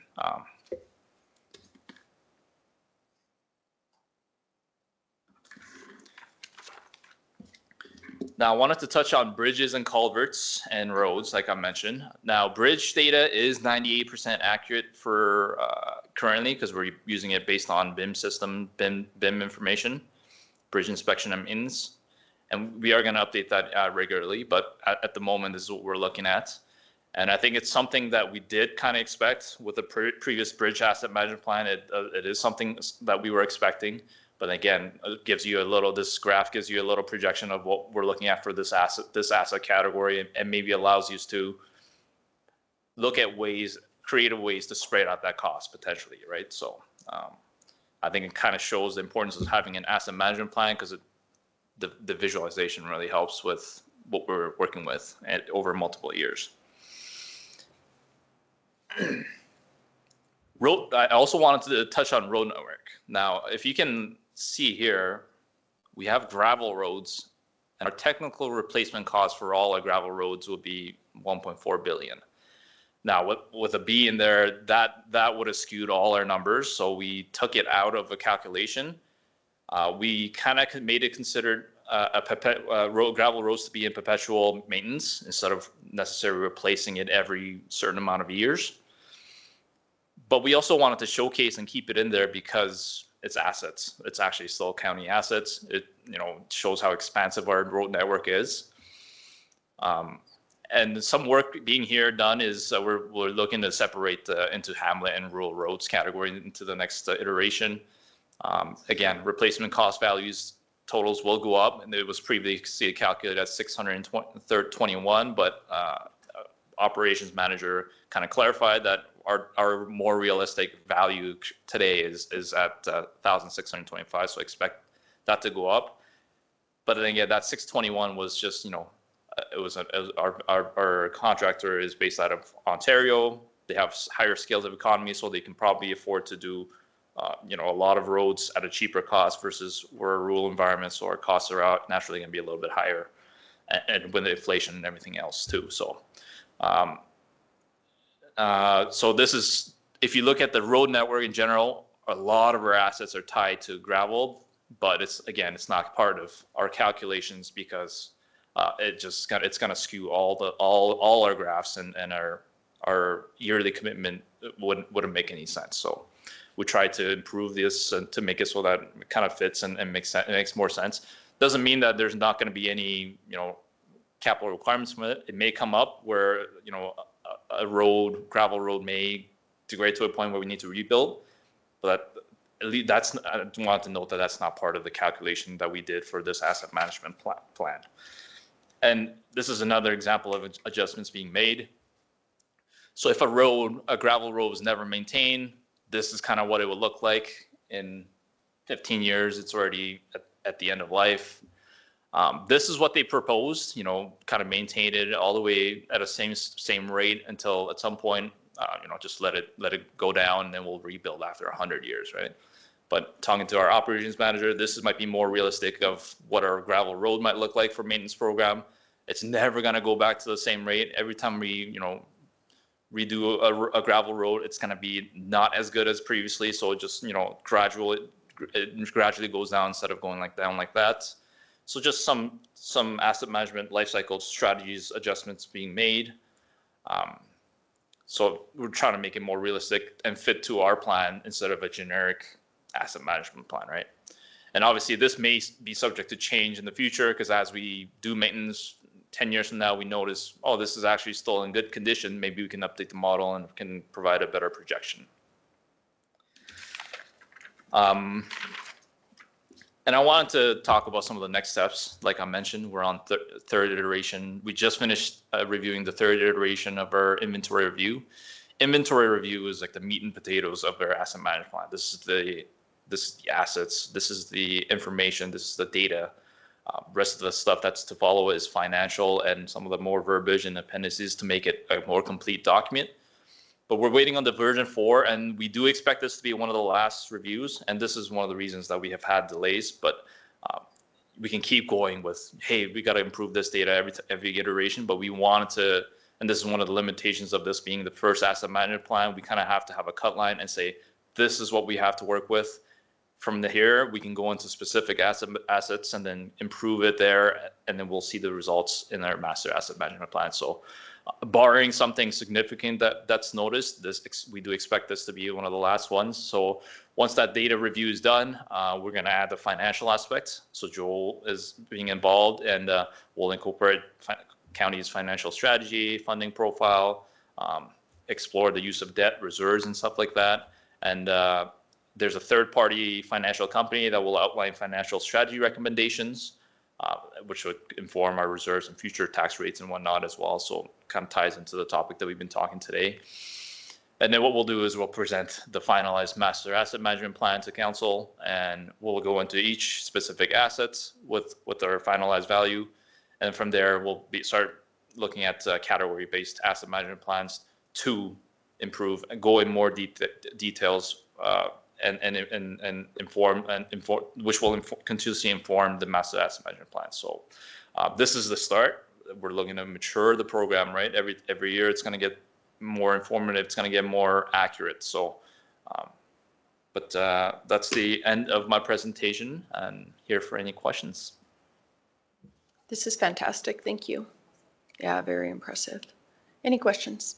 Just a question, like, are you able to transfer data from other like counties? I'm just thinking on, say, on roads.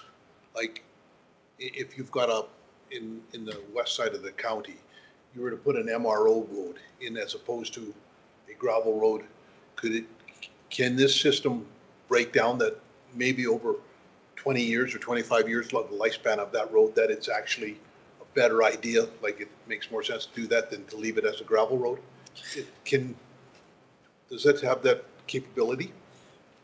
I wouldn't say we're there yet, but because it's utilizing GIS, we're able to update anything. So every asset we have has listed here has a spatial aspect to it. So we're able to say, if we're able to tie traffic count or some staff recommendation, we're able to change it on GIS, and that's going to get changed in our asset management program as well. So really, our GIS here is the main component that holds it together. We're not at a point where we can say, recommend me the top 3 roads that we should do an improvement on, but that's the goal in the end. Once we do a road specific asset management, maybe we can get to a point where we're able to add traffic count and the financials, how much we're spending on each road. Once we tie that aspect, maybe we can get to a point where, okay, that's using all this data that we've inputted, give me the top 3 roads that keep getting degraded. So maybe it's worth looking at paving it or whatnot.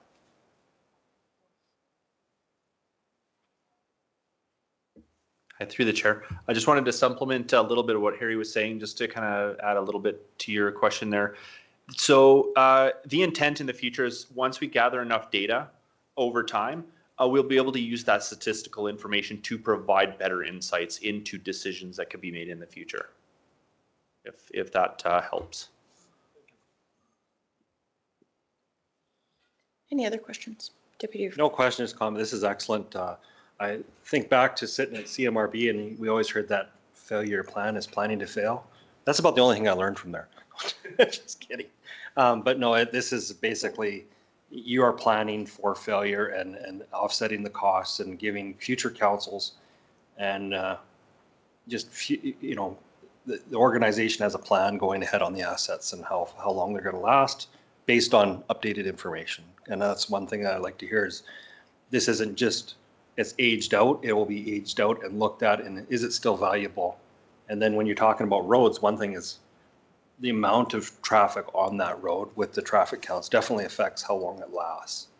And that'd be interesting data to see, one side of the county versus the other with the car counts. Like, does that road last 20 years or does it last 30 years, and why? I probably won't be around to see that data, but this is the base work for the future, for sure. Same here. It's just a comment. I want to, clap my hands to you guys and applaud you for what the difference the Wheatland County Administration has done since I first came on council to now. I really want it's improved so much, and the information that we get and how it's presented, it's amazing. Thank you.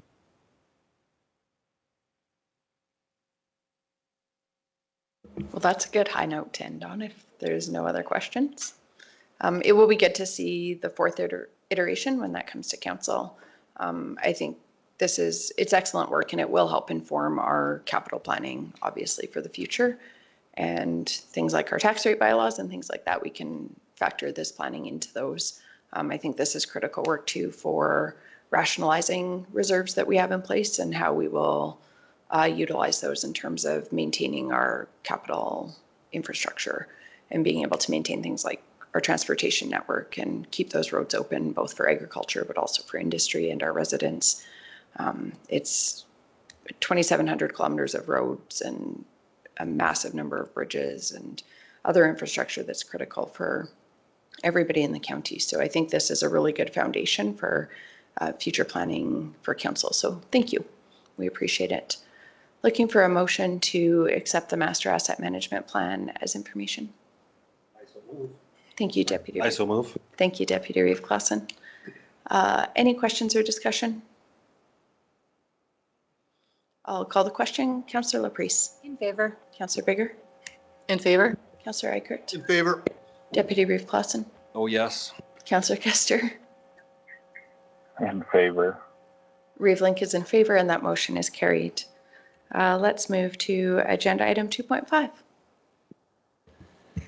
We'll just have to wait for Joel to come on in.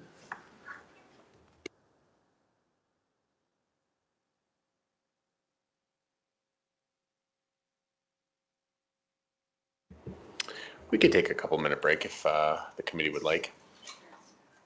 Let's take a 2 minutes, 5 minutes. What do you? Why don't you do 5? Let's take a 5-minute break and reconvene at 11:35. Thanks, everybody. Good afternoon, or sorry, good morning still. We will call the meeting back to order and move to agenda item 2.5. Morning committee, Joel from Financial Services here to talk through the municipal price index. So I believe I had mentioned back in December during the interim process that we'd do a little bit of work on this conceptually and then bring it back to council for just for your information. And so this report, or the intent of this presentation, is just to give you an idea of conceptually what we've done on the work around this and some of the purposes or reasons for it. And yeah, and then you can have that in your back pocket going forward.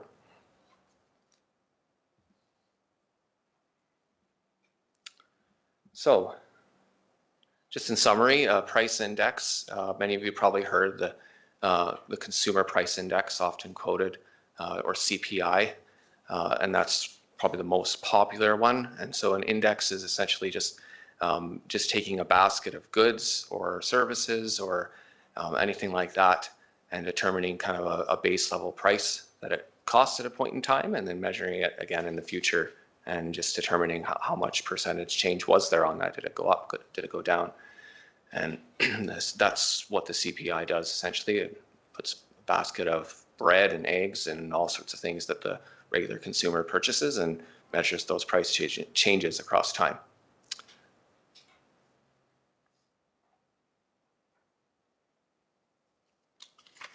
The CPI in terms of municipal finance. Just kind of get through all these here. So many local governments have used CPI as a reference for making budget decisions, including tax rate changes. And there are some good, valid reasons for doing this, and we've kind of mentioned some of them here in the presentation. So it's independently calculated by Statistics Canada. They're professional statisticians, if I can pronounce that right. There's a lot of data available, so they even provide it based on geographical areas such as the CPI Calgary, CPI Alberta, and so there's a lot of information available out there, and it's a low administrative work to find this information. Everyone finds it's in the news every month when they talk about inflation releases from the Statistics Canada, and because it's so publicly available and well known, it is easy to as a reference point as well for the public. And it can be adequate for increases on contracts or any number of things because of all these reasons.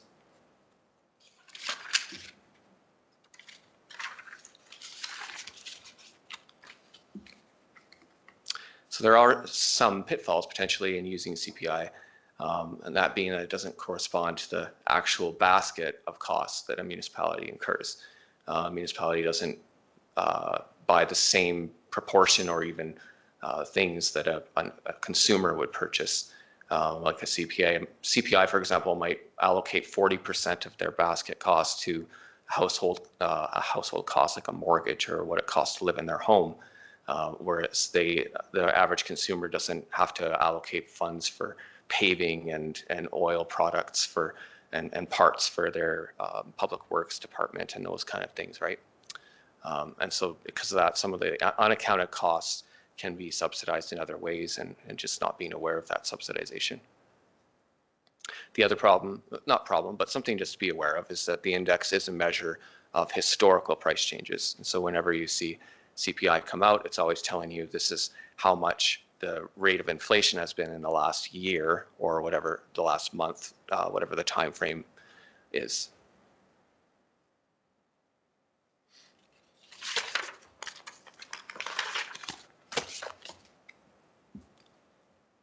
So the municipal price index, it's created by using the municipality's own budget, and it's very specific.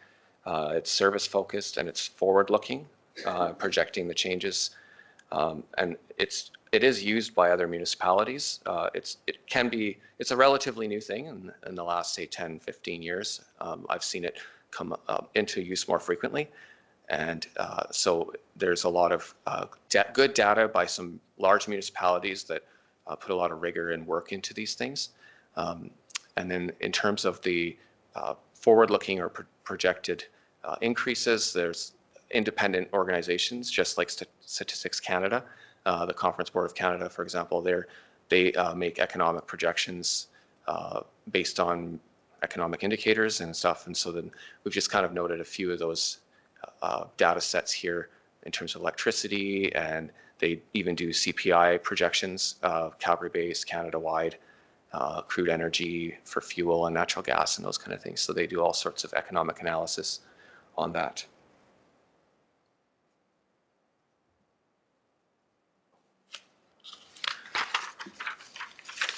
So the benefits,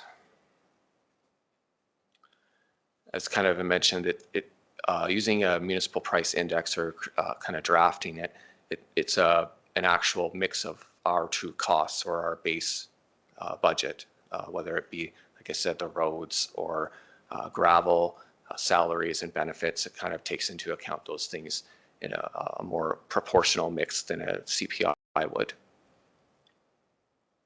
And also by doing that, there's other benefits, not just for looking at the increase potentially as a reference for a tax increase, but even just from a budgetary perspective. It helps us internally to look at like where are our key cost drivers, where like in categorizing our budget in that way allows us to just have a different perspective on it too.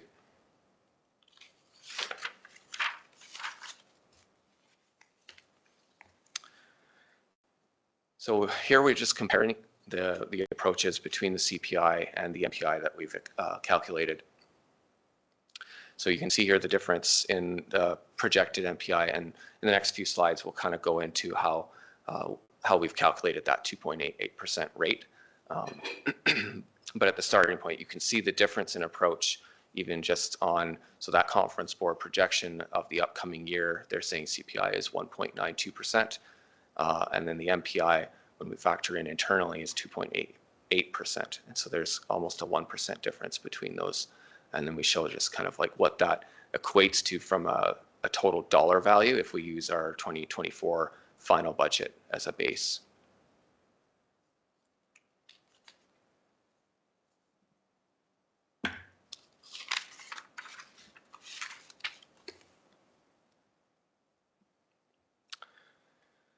So in terms of limitations, it is a forecasting tool.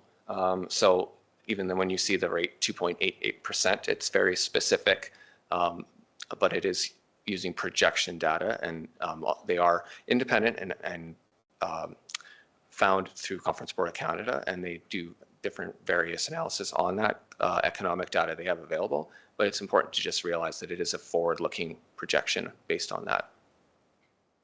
It can also, in terms of CPI, it's easier to go back and look at a historical rate of change because you have generally a basket of hard goods. And like, so for example, you can compare bread and how that price has changed.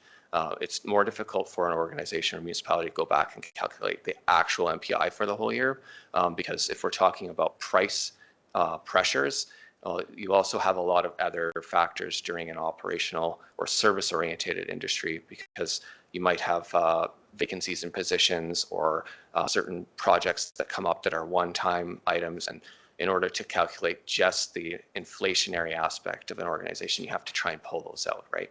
So it can be difficult to go and compare that or calculate a true what the MPI was. But that doesn't mean it's not useful and in a forward-looking perspective. The other aspect is it does require time and resource from staff to set up the approach and the calculation.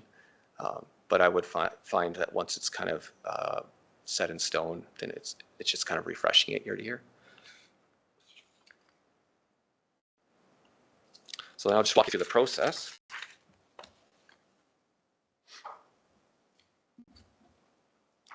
So what we did is we started with the 2024 final budget, and then we allocated it into, I think it was 18 different categories, and we'll see those in the next table on how we split those out.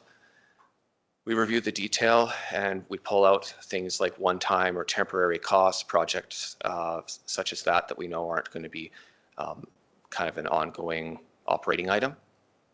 We take out the flow-through costs, such as the requisitions or things that, again, aren't, they're not an operational expense for the county. And so we kind of adjust the budget for all of those, and then that's our starting or base point for calculating the percentages. So what we do then is we assign a category for each, we assign for each category a rate or a reference that we're going to use to project that increase for that specific line going forward into the new year. And then those proportionally we add up and we come with our basket, our anticipated increase.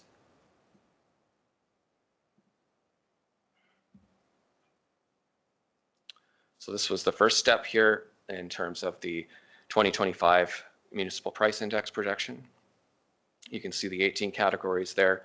Not really any surprise in terms of the top proportions of what the costs are, right? The salaries and wages make up almost 34% of the budget, contract services 12%, and then we kind of just go down from there. And so that's how we start in step one. We take that full base budget and we allocate or determine what percent of the budget it makes up.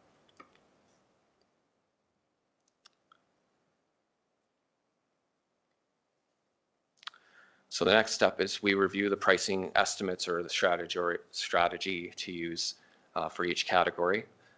And then we find that data and we apply it there. So what you can see, again, it's the same on the left side there for each category. The MPI category field, we use that to move over to the estimated price change. And we've taken that on that last column, it'll show the data source. So in a large proportion of these, we do use that conference board forward-looking projection for CPI. If there's not any specific data by the conference board that seems that would be relevant to that kind of cost category. And then the salaries and wages, that is kind of more of a known figure, not as necessarily as projected, because we can take into account the approved COLA, but also step changes or other things that we know are in the budget itself and compare it year to year. And then also with this, the employee benefits as well. Once we get into kind of the final budget or we cross over into the new year, the federal government's already released their benefit rates and we have kind of full knowledge of what those are going to cost for the year. So those are more known figures as well.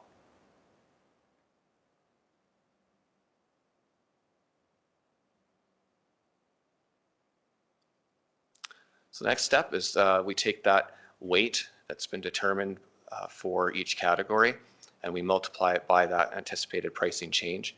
And that gives us kind of a prorated value for the index. And so the first one's a good example. If we take the salaries and wages, it makes up 34% of our budget. And so we multiply that by the 4.12% to come up with a weighting for that increase in the next year. And then we add up all of those categories and that gives us our anticipated price index for the year.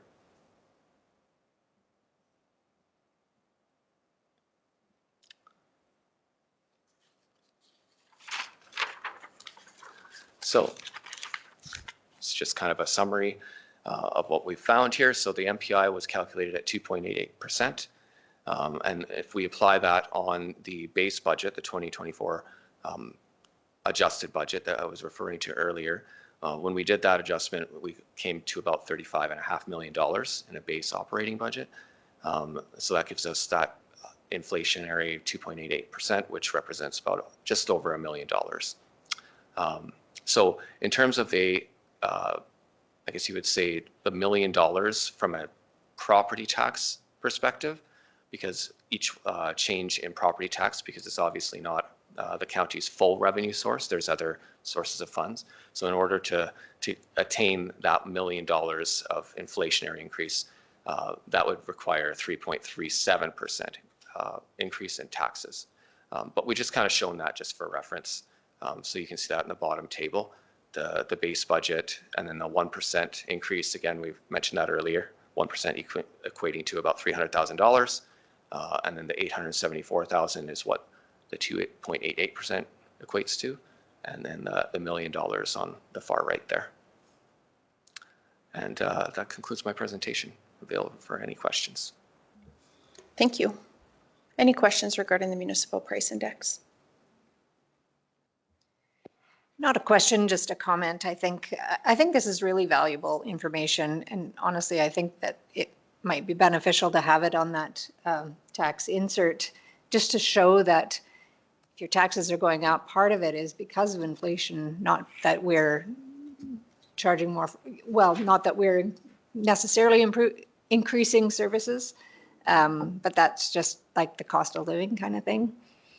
So I don't know. I like it. I think we should continue to use it, whether we, like there was some options about how we want to use it. And I think as a contextual tool, I think it's a great thing just for us to understand where changes are coming from, and cost increases are a fact of life. Yeah. Any other questions?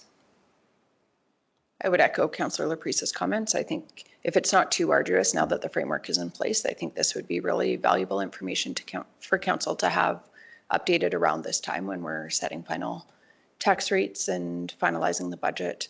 And I do agree. I think it's a good information to share with the public. And I know we likely can't share like the detail of how it was calculated, but maybe just a summary that this is Wheatland County specific. And that we, have used verifiable data to come to this, also acknowledging that it is an estimate, but that it's what I think could be argued a better estimate of the inflationary pressures on Wheatland County specifically as a municipality than CPI or something like that. But I do think, I agree, it's really good contextual information for budgeting and setting the tax rate and just contemplating those pressures on our costs. So yeah, I agree with your point. While service levels may not have increased, the cost of providing those base service levels. And when I use the term service level, especially in the context of a rural municipality, I really think about our roads and our bridges. Like those maybe are not traditionally what you think of as services. People will argue you don't provide services, to my door. But providing a massive transportation network is a service that I use every day, whether it's, I think many people in Wheatland County use that every day, and that relies on our bridges and it relies on that transportation infrastructure in our roads. And there is a cost to maintain that. And I think that this demonstrates that very effectively. So yeah, if it's not too arduous, I would support it being presented annually for sure. Yeah, through the chair, I wanted to ask, while we're on the topic, just thinking about next year's interim budget, would committee be amicable to us presenting maybe the MPI calculated rate as the budget's estimated rate for the next tax? I think as even a starting point for discussion, and you're right, probably not at this time of year. It would probably be more prudent to look at it when we're setting the interim budget. Yeah, I think it would be good information to have presented then, at least for consideration. there is always that cost or that service level discussion as well. And there are some initiatives where councils are moving towards more of like a service-based budget or like presenting things in that way. But I think for a starting point, this is excellent information to have. And the fact that it's really tuned to Wheatland County specifically. When I first started reading and I was like, oh, Calgary and Edmonton use it, I thought, oh, would this be kind of an urban-centric way of looking at things? But the way you do it, it is very specific to our cost pressures that we experience as a rural municipality. So I thought it was excellent. Any other questions or discussion?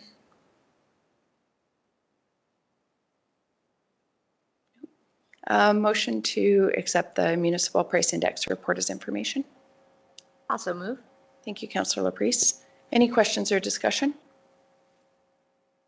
I'll call the question. Councillor Laprise. In favor. Councillor Baker. In favor? Councillor Eichert. In favor. Deputy Reeve Clausen. In favor. Councillor Kester. In favor. And Reeve Link is in favor, and that motion is carried.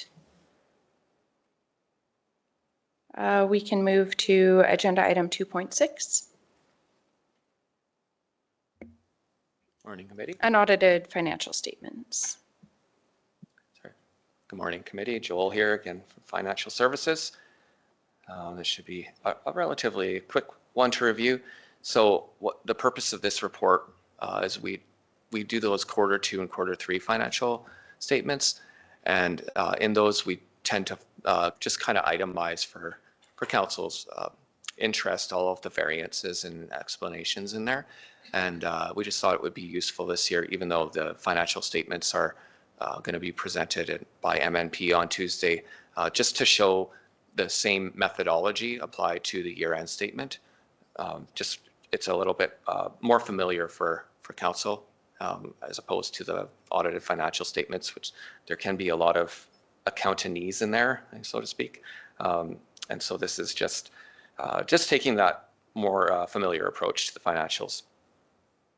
So I'll just kind of briefly walk through them. If we go to the unaudited, I should clarify too, although we're using the audited figures because the audit report isn't actually technically approved, we still are required to just flag these as unaudited at this time, but they are the exact same numbers that we're going to see on Tuesday.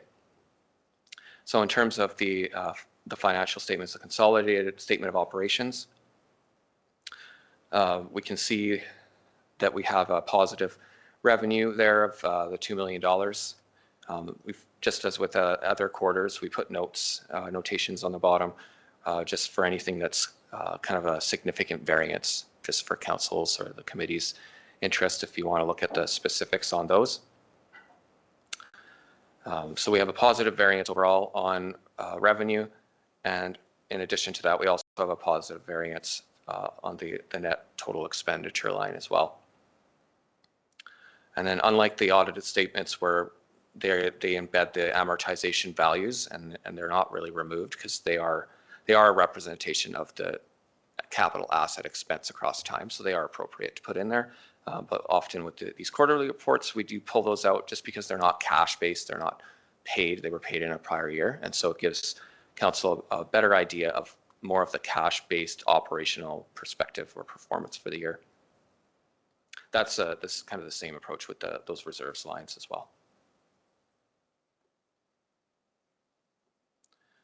In terms of the statement of financial position, the net financial assets there in around the middle there, 54.4 million was the prior year December 31st value, and now we can see it's at 41.0 million. The main driver for that, well, there's a couple of things I suppose, but you can see this deferred revenue line go up. That's just deferred revenue is really just like, let's say we get cash grants or contributions for projects, and then if it's not finished or if the grant hasn't been actually used yet for a project, it is a technical liability that sits on the books. So, and it just comes off, like for example, if we have an LGFF grant and we get the cash up front, we only take that off the liability once we've actually completed the project and applied the money towards that project. So in some cases, or in most cases for the deferred revenue, that's kind of the main jump in the liability section. You'll also note that the provision for reclamation drops off substantially. And there'll be a little bit more detail at the Tuesday meeting around that. I think that our auditor will go into with council. But that's also a drop in the liability, which is good. Finally, we provided, as I mentioned earlier in the morning, because we have the audited statements and the final reserve numbers, then we just figured we'd throw in the detailed table here just for council's review. And then also just for some context, this is the designated reserves. There also is that kind of unallocated surplus that is a separate section, but also a reserve in a way. But we just wanted to show that all of the designated reserves, and this is the starting of the year value and the ending value. That concludes my presentation. Available for any questions. Thank you. Any questions regarding the unaudited financial statements?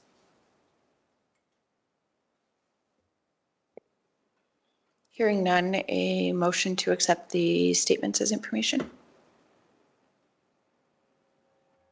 I'll move that. Thank you, Deputy Reeve Clausen. Any questions or discussion? I'll call the question. Councillor Laprise? In favor. Councillor Bigger?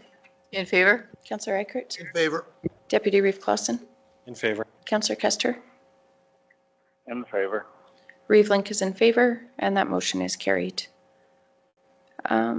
Let's recess for lunch. Is 12:45, does that work for everybody? Okay, we'll reconvene at 12:45. Thank you, everybody. Good afternoon, everybody. We'll call the meeting back to order, and we'll resume our agenda at agenda item 2.7. Or are we going to go back to 2.3? I see Dennis at the mic. Okay, let's move to agenda item 2.3.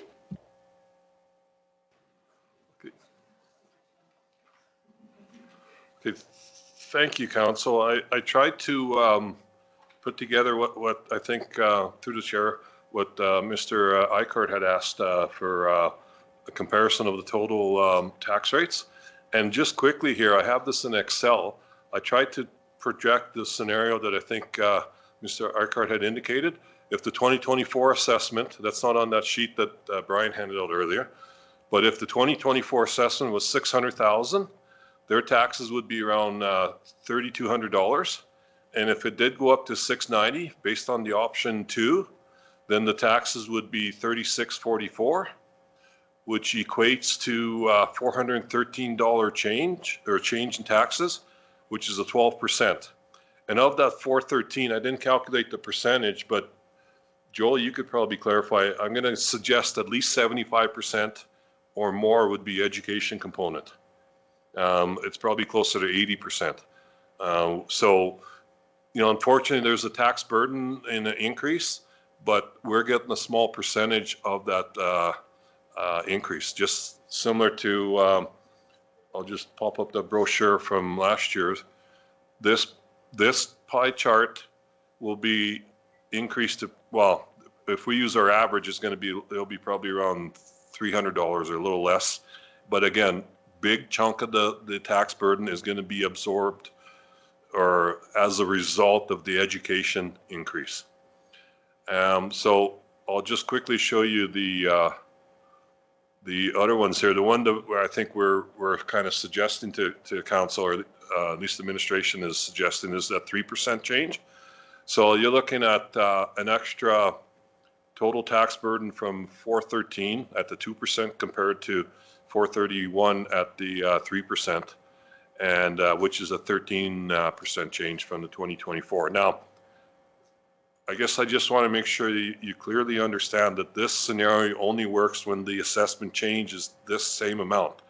If the same percentage assessment change happened, the dollar amount won't be the same because they're talking a smaller net change in the assessment, therefore the impact on the taxes would be less. And then any questions on this part?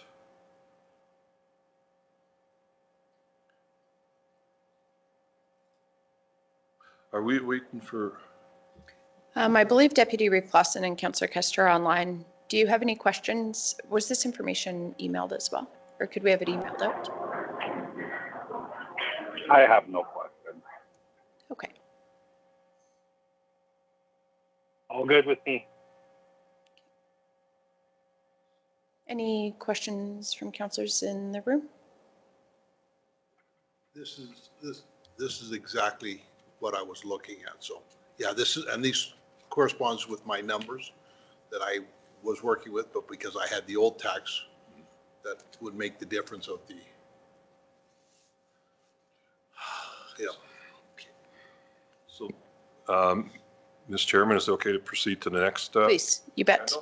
So this is just, there was a little bit of a discussion at the possibility of considering redistributing some of the tax burden between assessment classes. And so we had kind of anticipated some of this discussion. We had prepared this a little bit beforehand. So I just wanted to explain this to you so you clearly understand that currently, well, the 2024 tax distribution is residential is only paying about 14.78% of the pie. And yet if you look back at the Assessment 101 presentation, I believe we were around 16 or 17% of the assessment burden. No, sorry, 33%. 30, yeah. So if you were, we're already shifting some of the burden from residential to non-residential, just through the way our tax, like even through how our tax distribution was in 2024. And then, so the point of this exercise is try to show that there really isn't a exact science on how this distribution should happen. There's a little bit of a correlation on usually the municipalities that have a lot more residential assessment base, like compared to the non-res, they probably have a little more burden on their residential. But there isn't an exact formula as what percentage difference there should be between the jurisdiction or between the assessment classes in a given jurisdiction. The only stipulation there is the tax rate between residential and non-residential cannot be higher than a 5-to-1 ratio. So for example, if you had residential at 1, your non-res cannot be more than 5. That's legislated in the MGA. Brian, I think, has that information handy if you need to see a copy of that. So I'll just quickly skim through this, but you can see the percentage the residential tax burden it varies depending on the municipality. You know, from a low or a high in Foothills at 64% to a low of maybe like 10% or actually 7% in Neho County. And just some brief commentary, Foothills is a large residential assessment base, a lot more acreages than we have. I don't know exactly their percentage, but I would venture to gain, actually, I think I do remember briefly, Corey and I looked at this prior to our meeting today, and I think they were like 82% of their assessment base comes from residential, and they're still only funding like 65% taxes. That was based on 2024 assessment information, or actually 2023. So I guess the last comment I'd make on this is I'd caution consideration moving or redistributing some of the tax burden to non-residential. If anything, I'm going to suggest something that for food for thought is farmland section is probably paying a very conservative amount of the tax burden compared to the other assessment classes, if you will. And I'll leave it at that. Thank you for that information. I think it does an excellent job of answering the questions that were raised in our previous session. Just a question though, on our package that we were emailed, like how come this shows that the non-residential, What page are you on, Councillor Laprise? page 31? How come it shows that the non-residential is 16.7% of the total 24 tax? How do we get to 54 here? So it's total tax versus assessment. So you have to go back to, I'm not, sorry, Chair, I'm not sure what are you comparing to which? On page 31 of our package that, like our agenda. Okay, let me pop that up. Or can you pop that up? Yeah, there it is there. So in the blue on the right-hand side, the percent of total 2024 taxes. That's only municipal taxes. Oh, It doesn't include the education there. So that compares, if you look at, can you get this back on?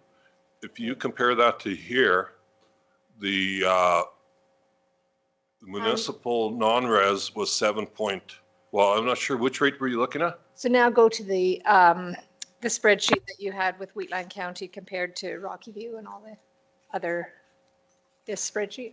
Oh, okay, that's this one here then. That's only tax oh, can you, yeah.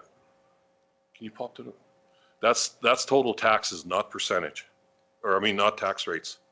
So this is just the distribution of the tax burden.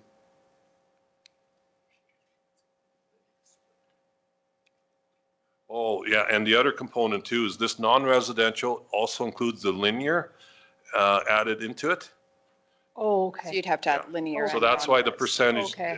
if you add the two percentages, Okay, I it should see. equal to this, the 54. Thank you. And there's no education tax on M&E, right? Only, Or am I? correct, only on M&E, there's no education. And actually, there is a component of linear, which is the power generation. There's no education tax on that, but the rest of the linear does pay education tax, and the rest of the classes of assessment do pay education tax. And if we look at here, they actually pay a higher taxation rate, like the tax rate, even if we look at 2024's non-residential is 3.62. So they're, for every $1,000, they're paying $3.60 more. Every 100,000, or every 10,000 is $36, or every 100,000 of value be $362 tax burden compared to say $236 in residential class.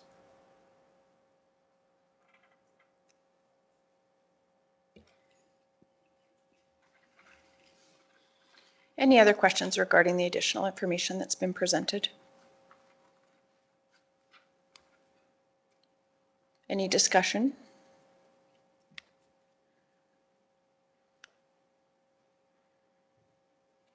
I guess I still liked the idea of the farmland going up, of the burden of the end result, going more to the farmland, the percentage of it going up.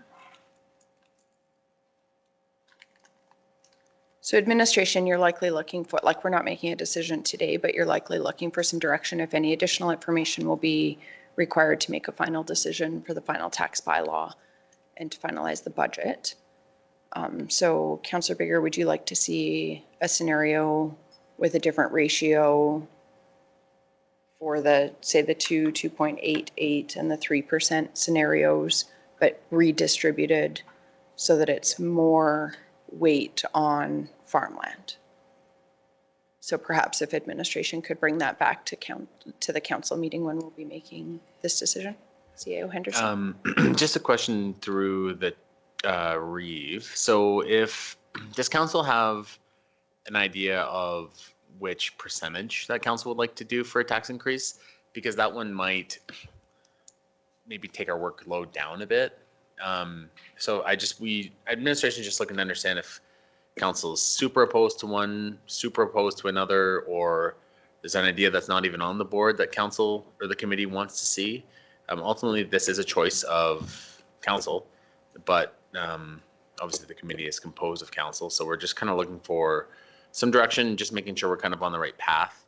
The process that the MGA sets, which we, and this is kind of the reason why I'm just trying to firm up a number first, is that the process the MGA takes is budget is approved first, then tax rate bylaw is set next. Administration does recognize and realize that it is advantageous to look at them together. But what we think is that maybe if we get one number from council says yes, 3% or option 2 or 1, at least we can just move forward with a number, and then we can worry about shifting the burden afterwards. I'm leaning towards 3%. The budget was worked on, which percentage you work on? On 3. 3? Yeah, so there's options in the package. So the options we provided were option 1 was 2%, option 2 was 2.88%, and option 3 is 3%. Administration, just want to make it clear that those are just the options provided by administration. Council has the ability and authority to choose whatever number they would like to. Thank you.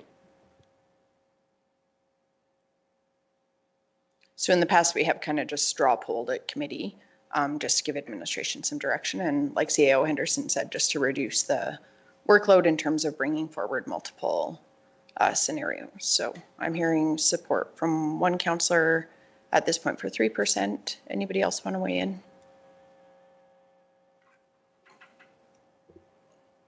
I think I could live with the option 1, which is 2%.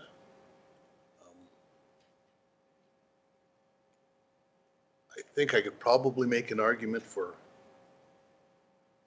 the option 0, which is the 0%, but I'm not.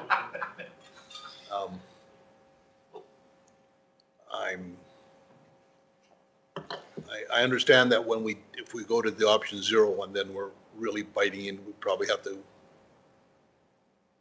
go into reserves, which I believe isn't a bad thing. But I'm good. I'll be fighting option 3, but I will be okay with option 1. Deputy Reeve Clausen or Councillor Kester, do you care to weigh in? I would prefer to be on the low side, but it would settle for right down the middle. He said he would prefer to go right down the middle. Do you mean the 2.88? Hello, can you hear me? Yes, you bet, Councillor Kester. I would go 4%. I look at the reserves, it's a steady decline, and we're advocating to spend more reserves on operating expenses. At the rate this council's going, in another 4 or 5 years, there'll be no reserves left. And then what are you going to do? Increase the taxes by 10, 15%? I think we have to look to the future and be a little bit more responsible. These are operating expenses. We're not even buying anything. So, yeah, 3% is the absolute minimum I would agree to. Thank you, Councillor Kester.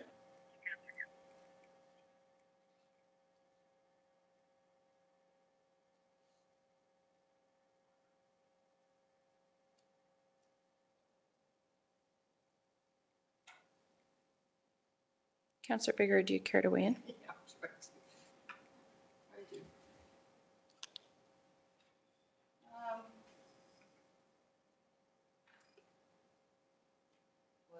difference between 288 and 3 is not very much.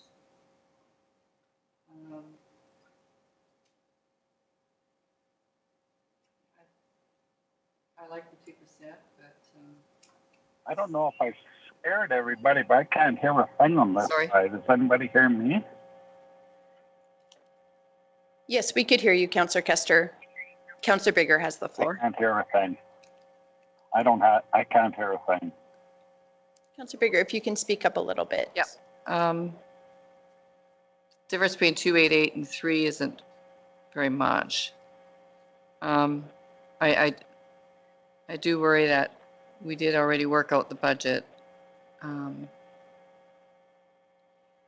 think I'm okay with 3%. Yeah. 3%. Thanks, Councillor Bigger.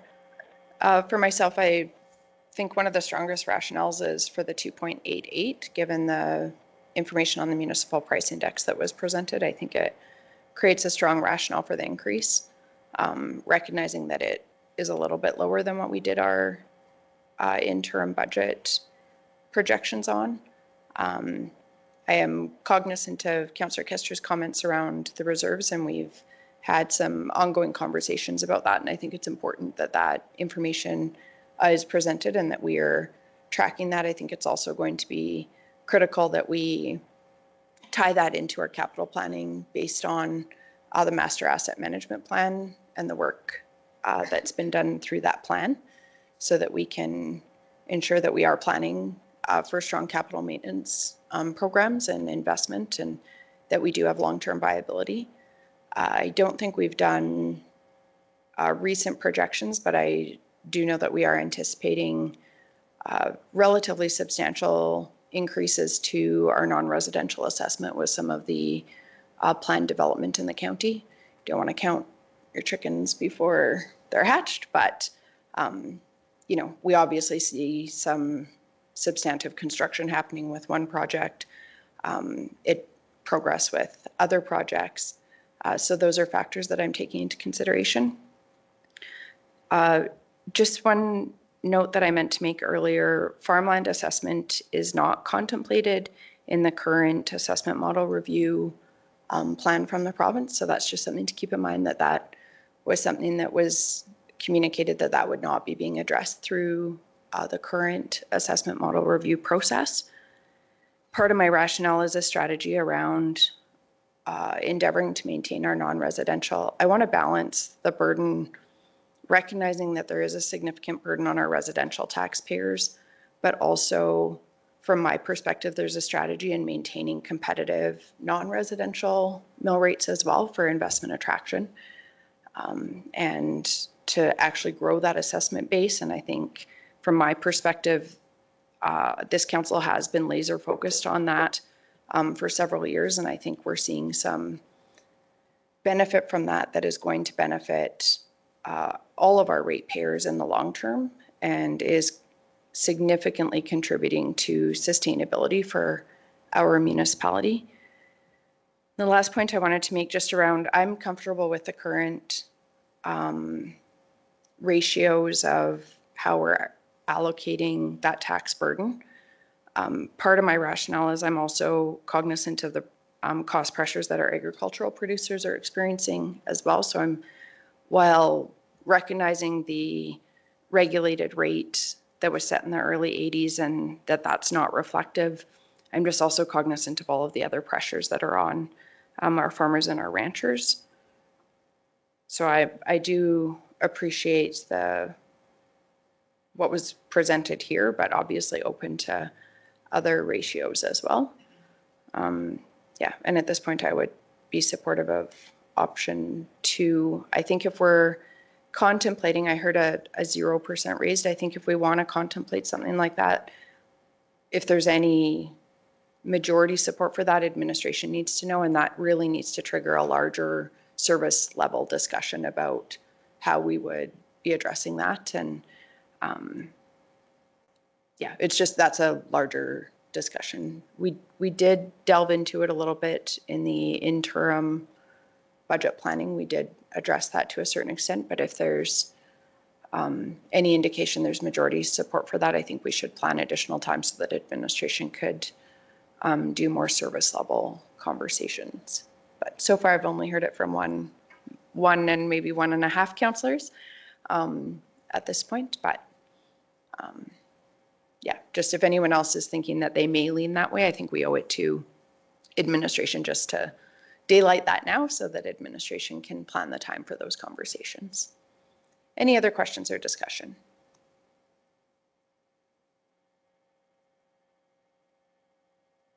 If not right now, we're just looking for a motion to accept this information, or as information. Just to get clarity, so we had Kester, Laprise, and Bigger saying 3%, Eichert at 2%, Link at 2.88%, and Klassen at 2.5 or somewhere kind of in the middle. I think either option. No, the middle option. Sorry, 2.88. Oh, 2.88. Oh, okay. My apologies. Sorry, I changed headsets. Okay. Yeah, based on the MPI that was presented and everything, it was really good. Focused on what we are at. So yeah. And I can certainly live with 3. It's not a hill I'm going to die on. So it's... Yeah. So now that we're this close, say the majority of councils within 0.12%, the council think that you could provide administration just clearer direction on which option you may choose to proceed with that budget time, just so it is clear and we don't have to come up with two options over 0.12%. So for those that are at 3, is there an openness to look at the 2.88, or I'm open to going to 3?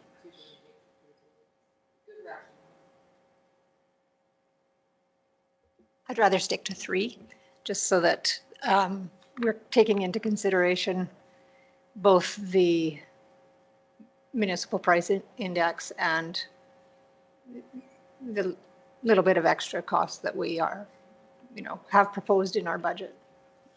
One thing that the committee may wish to consider is that the MPI realistically only does cover the operating. So that's just like one thing that I think typically sometimes an MPI might be calculated, then capital on top of that, just to kind of get both of those at once. So yeah, just something for the committee to consider. Yeah, those are good points.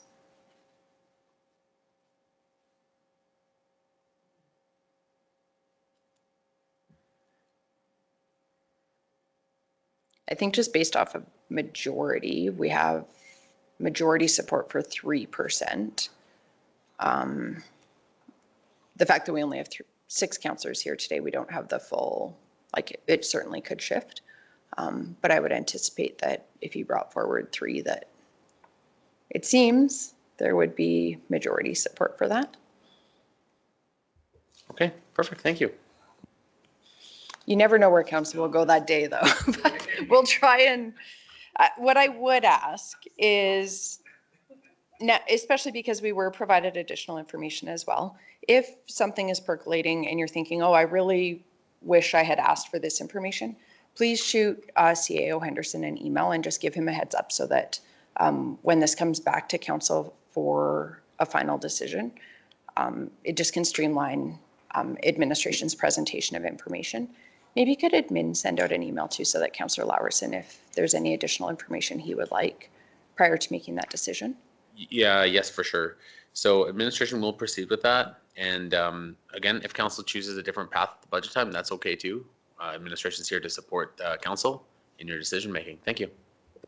Yeah, I think that the more we can work together with administration though to request information in advance, just the easier that council meeting will flow. So if administration could send out an email to all of council, just requesting if there's any additional information required for that to be requested in advance of the council meeting. And yeah, beyond that, you feel like you have enough information from the committee? Perfect.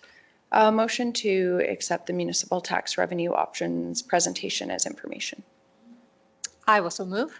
Thank you, Councillor Laprise. Any questions or discussion? We'll call a roll call vote. Councillor Laprise? In favor? Councillor Bigger? In favor? Councillor Eichert? In favor. Deputy Reeve Clausen? In favor. Councillor Kester? In favor. And Reeve Link is in favor. That motion is carried. Let's move to agenda item 2.7, fire bans.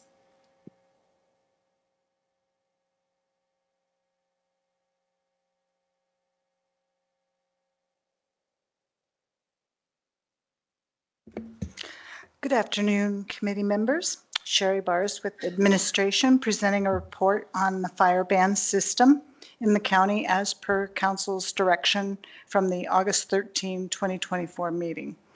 The report is found on page 124 of your agenda package. This presentation will outline the county's tiered fire ban approach, the criteria used to assess the fire risk, and comparisons with our neighboring municipalities and feedback from our fire chiefs. And as a reminder, this was brought forward and asked to come back to the committee of the whole based on doing a split from the east to the west on fire bans. Currently, Wheatland County utilizes a tiered fire ban system with 3 levels: fire advisory, fire restriction, and a total fire ban. These measures are temporary and implemented based on fire danger levels, ensuring flexibility in responding to changing conditions. Fire advisories are issued when fire hazard is moderate. Outdoor burning is permitted in approved fire pits, incinerators, and burning barrels. Fire restrictions are implemented when fire hazards are severe. Burning is restricted to CSA or ULC approved fire pits only. Total fire bans are declared under extreme fire conditions. Only gas or propane fire pits, camping stoves, and barbecues are allowed. Fire bans are issued under Section 11 of the Fire Service Bylaw 2019-06, and the following factors are considered when issuing a ban: recent precipitation and future forecasts, water shortages and fire department resource availability, fine fuel moisture content and abundance of combustible materials, and recent wildfire incidents in neighboring municipal fire bans. The regional fire chiefs were consulted with all county fire district chiefs before implementing a ban. Once issued, an active fire permit, all active fire permits are suspended and public notifications are made via the county website, social media, and the Alberta Fire Ban website. Fire advisories, restrictions, and bans apply countywide. While Wheatland County is geographically large, fire risks are generally consistent across the region. A uniform approach ensures fire services are not overwhelmed. It simplifies the administration of the system, and it provides a clear communication and compliance from residents. There's a table found on page 135 in your agenda package showing the number of fire advisories or bans that have been issued in the county between 2020 and 2024. As shown in the table, the highest number of fire bans occurred in 2021, with 3 instances due to extreme fire conditions that year. Most neighboring municipalities use a similar tiered fire ban system applied across their entire jurisdiction.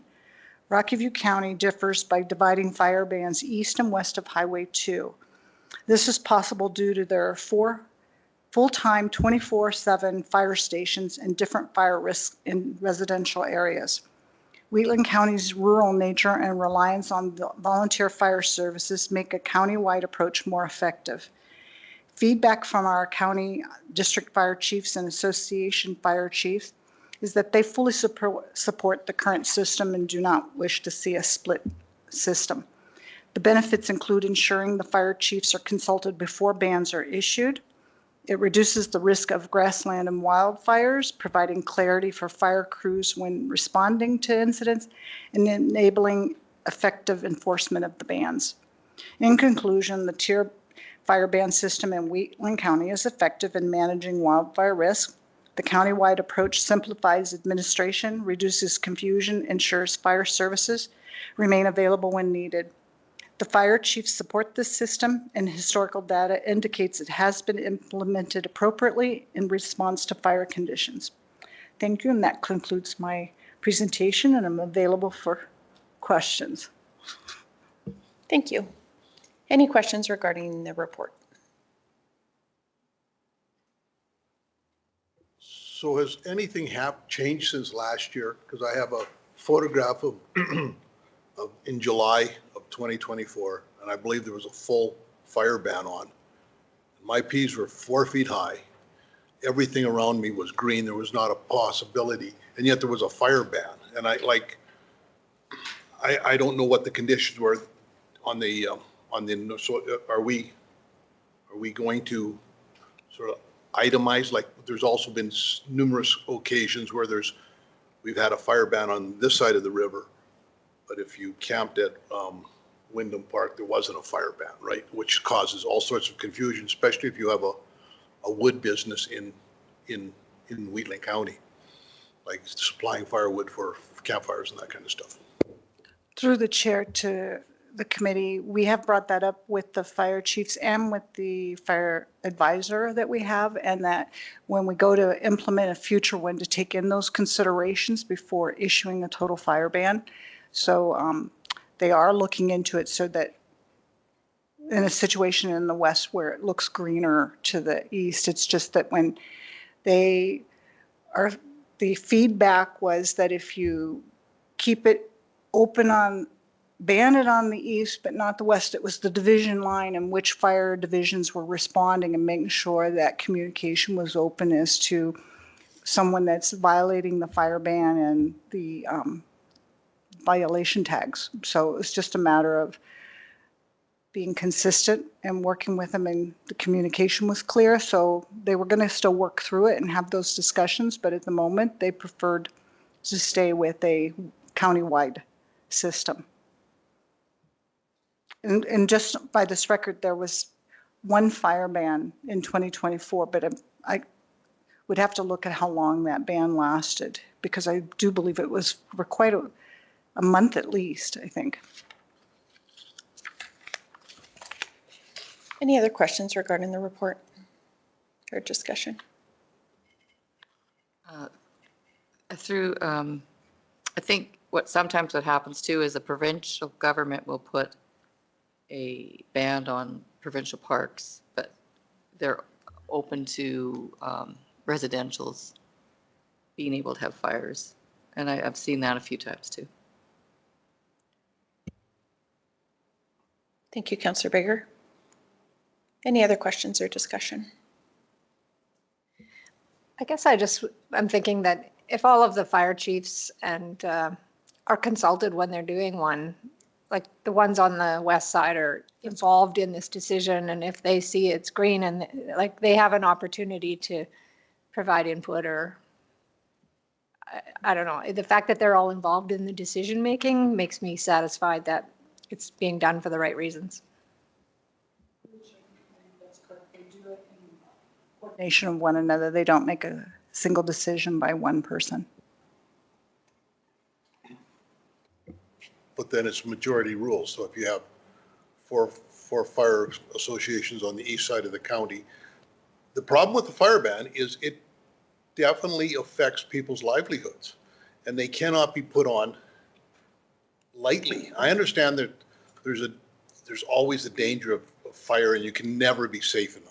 I understand that concept. I don't agree with it, but I understand it. But every time they put a fire ban on, it affects people's livelihoods. And I think there has to be some weight giving to that. So just to clarify, administration indicated that the fire chiefs were somewhat, if I'm interpreting this correctly, somewhat open to looking at, not open. Okay. And that was based on some of the challenges around delineating out and enforcement and those types of things. Through the chair to the committee, that's correct. Like Rocky View had a distinct division that they could do with Highway 2 running through to divide it distinctly to the east and west. And there were discussions. We don't have a highway or a divider that ran north-south to make that clear division. It ends up, there was a clear division north and south, but that didn't solve the problem of the west side to the east side. So it is something I'll bring back up to the fire advisor, and they can still have those conversations about looking into it or being careful about when they issue those bans, and so that it doesn't create an issue on the west side. So I just noticed that there wasn't any restrictions. They were all bans or lost it. Huh? I think it shows 2 advisories in 2024 and 1 ban. 23 only had, I lost it. I should put my glasses on, 2 advisories. So no bans in 23 on page 125. Yeah. So there, sometimes the like the lowest, the bans, restriction. The restriction. They have not been totally, for the last 5 years, considered. So maybe a ban in some instances could be changed to restrictions. They should think about that, if you know what I mean. Rather than, because if it's a regulated fire pit, you know, it could go other, it has restrictions to it, but it's still a viable, companies can still possibly not hurt as much through that. Through the chair to the committee, I'll pass that information on so that they can consider that when they're determining what level of fire advisory restriction or ban when they're making that decision. So I just had to remind myself, our advisory is like when fire hazard is moderate, that's like the least restrictive. And then fire ban restriction is that fire hazard is severe, that's our middle tier. And then total fire ban is when fire hazard is extreme, and that's the most restrictive. I just had to remind myself. So what the chart's suggesting is we had advisories and bans, but no restrictions, right? Yeah, that's a good point too, that could consider the restriction level. Any other questions or discussion? Yeah, I have a question. Yep, please go ahead. I think that was Deputy Reeve Clausen. Yes, it is. So when there's a ban issued, is that reviewed? How often is it reviewed? Is it daily? Is it weekly? How does that work from that group that decides that? Through the chair to the committee, I would have to follow up with the current fire chiefs of how they do that. I do know that they monitor it based on the neighboring municipalities of whether it's drought conditions, high extreme, and then I do know that they, if there's precipitation occurring, that they bring it up. So it wouldn't be daily, but I would think within every couple days, weekly at the extreme conversation. But I do know that they have those conversations frequently, just couldn't confirm if it's daily. Thank you. Any other questions or discussion? I can see the difficulty of drawing a line on a map and saying this and this, because there's always going to be like, okay, now the green area is on the east side of that line. And so do we have to comply? Why should we comply? They're not complying. You know, like it would be, to me, that would be a nightmare trying to manage it. I think just passing on the concerns that need to be very, you need to consider that people's livelihoods are affected, and that anytime you can do something less extreme in terms of restrictions is better.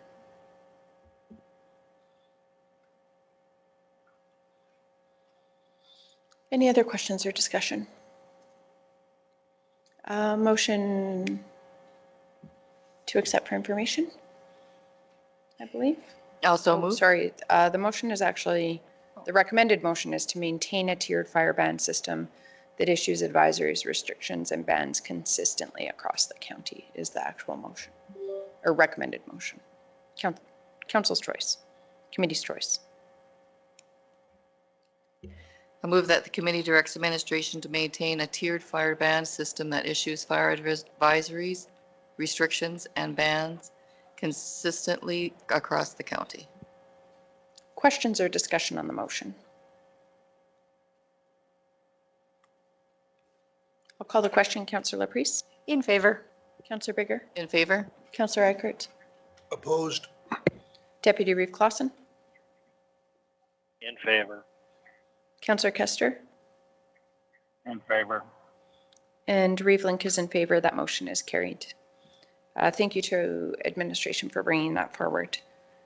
We'll now move into our closed session under FOIP section 21. I'll move us into closed session and call the question. Councillor Laprise? In favor. Councillor Bigger? In favor? Councillor Eichert? In favor. Deputy Reeve Clausen? In favor. Councillor Kester? In favor. And Reeve Link is in favor. That motion is carried.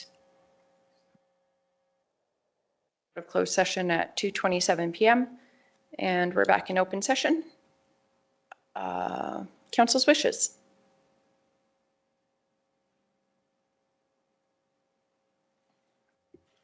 Can you hear me?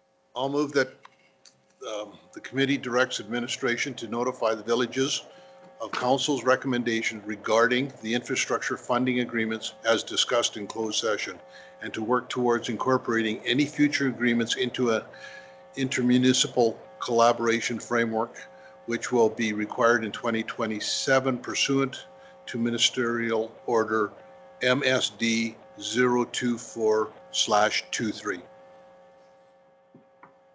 Thank you, Councillor Eichert.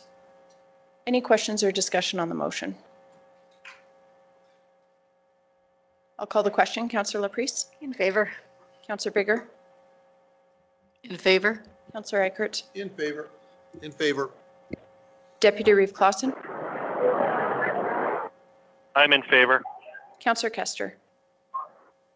Opposed? Reeve Link is in favor and that motion is carried. That brings us to the conclusion of the committee's agenda and meeting is adjourned. Thank you, everybody.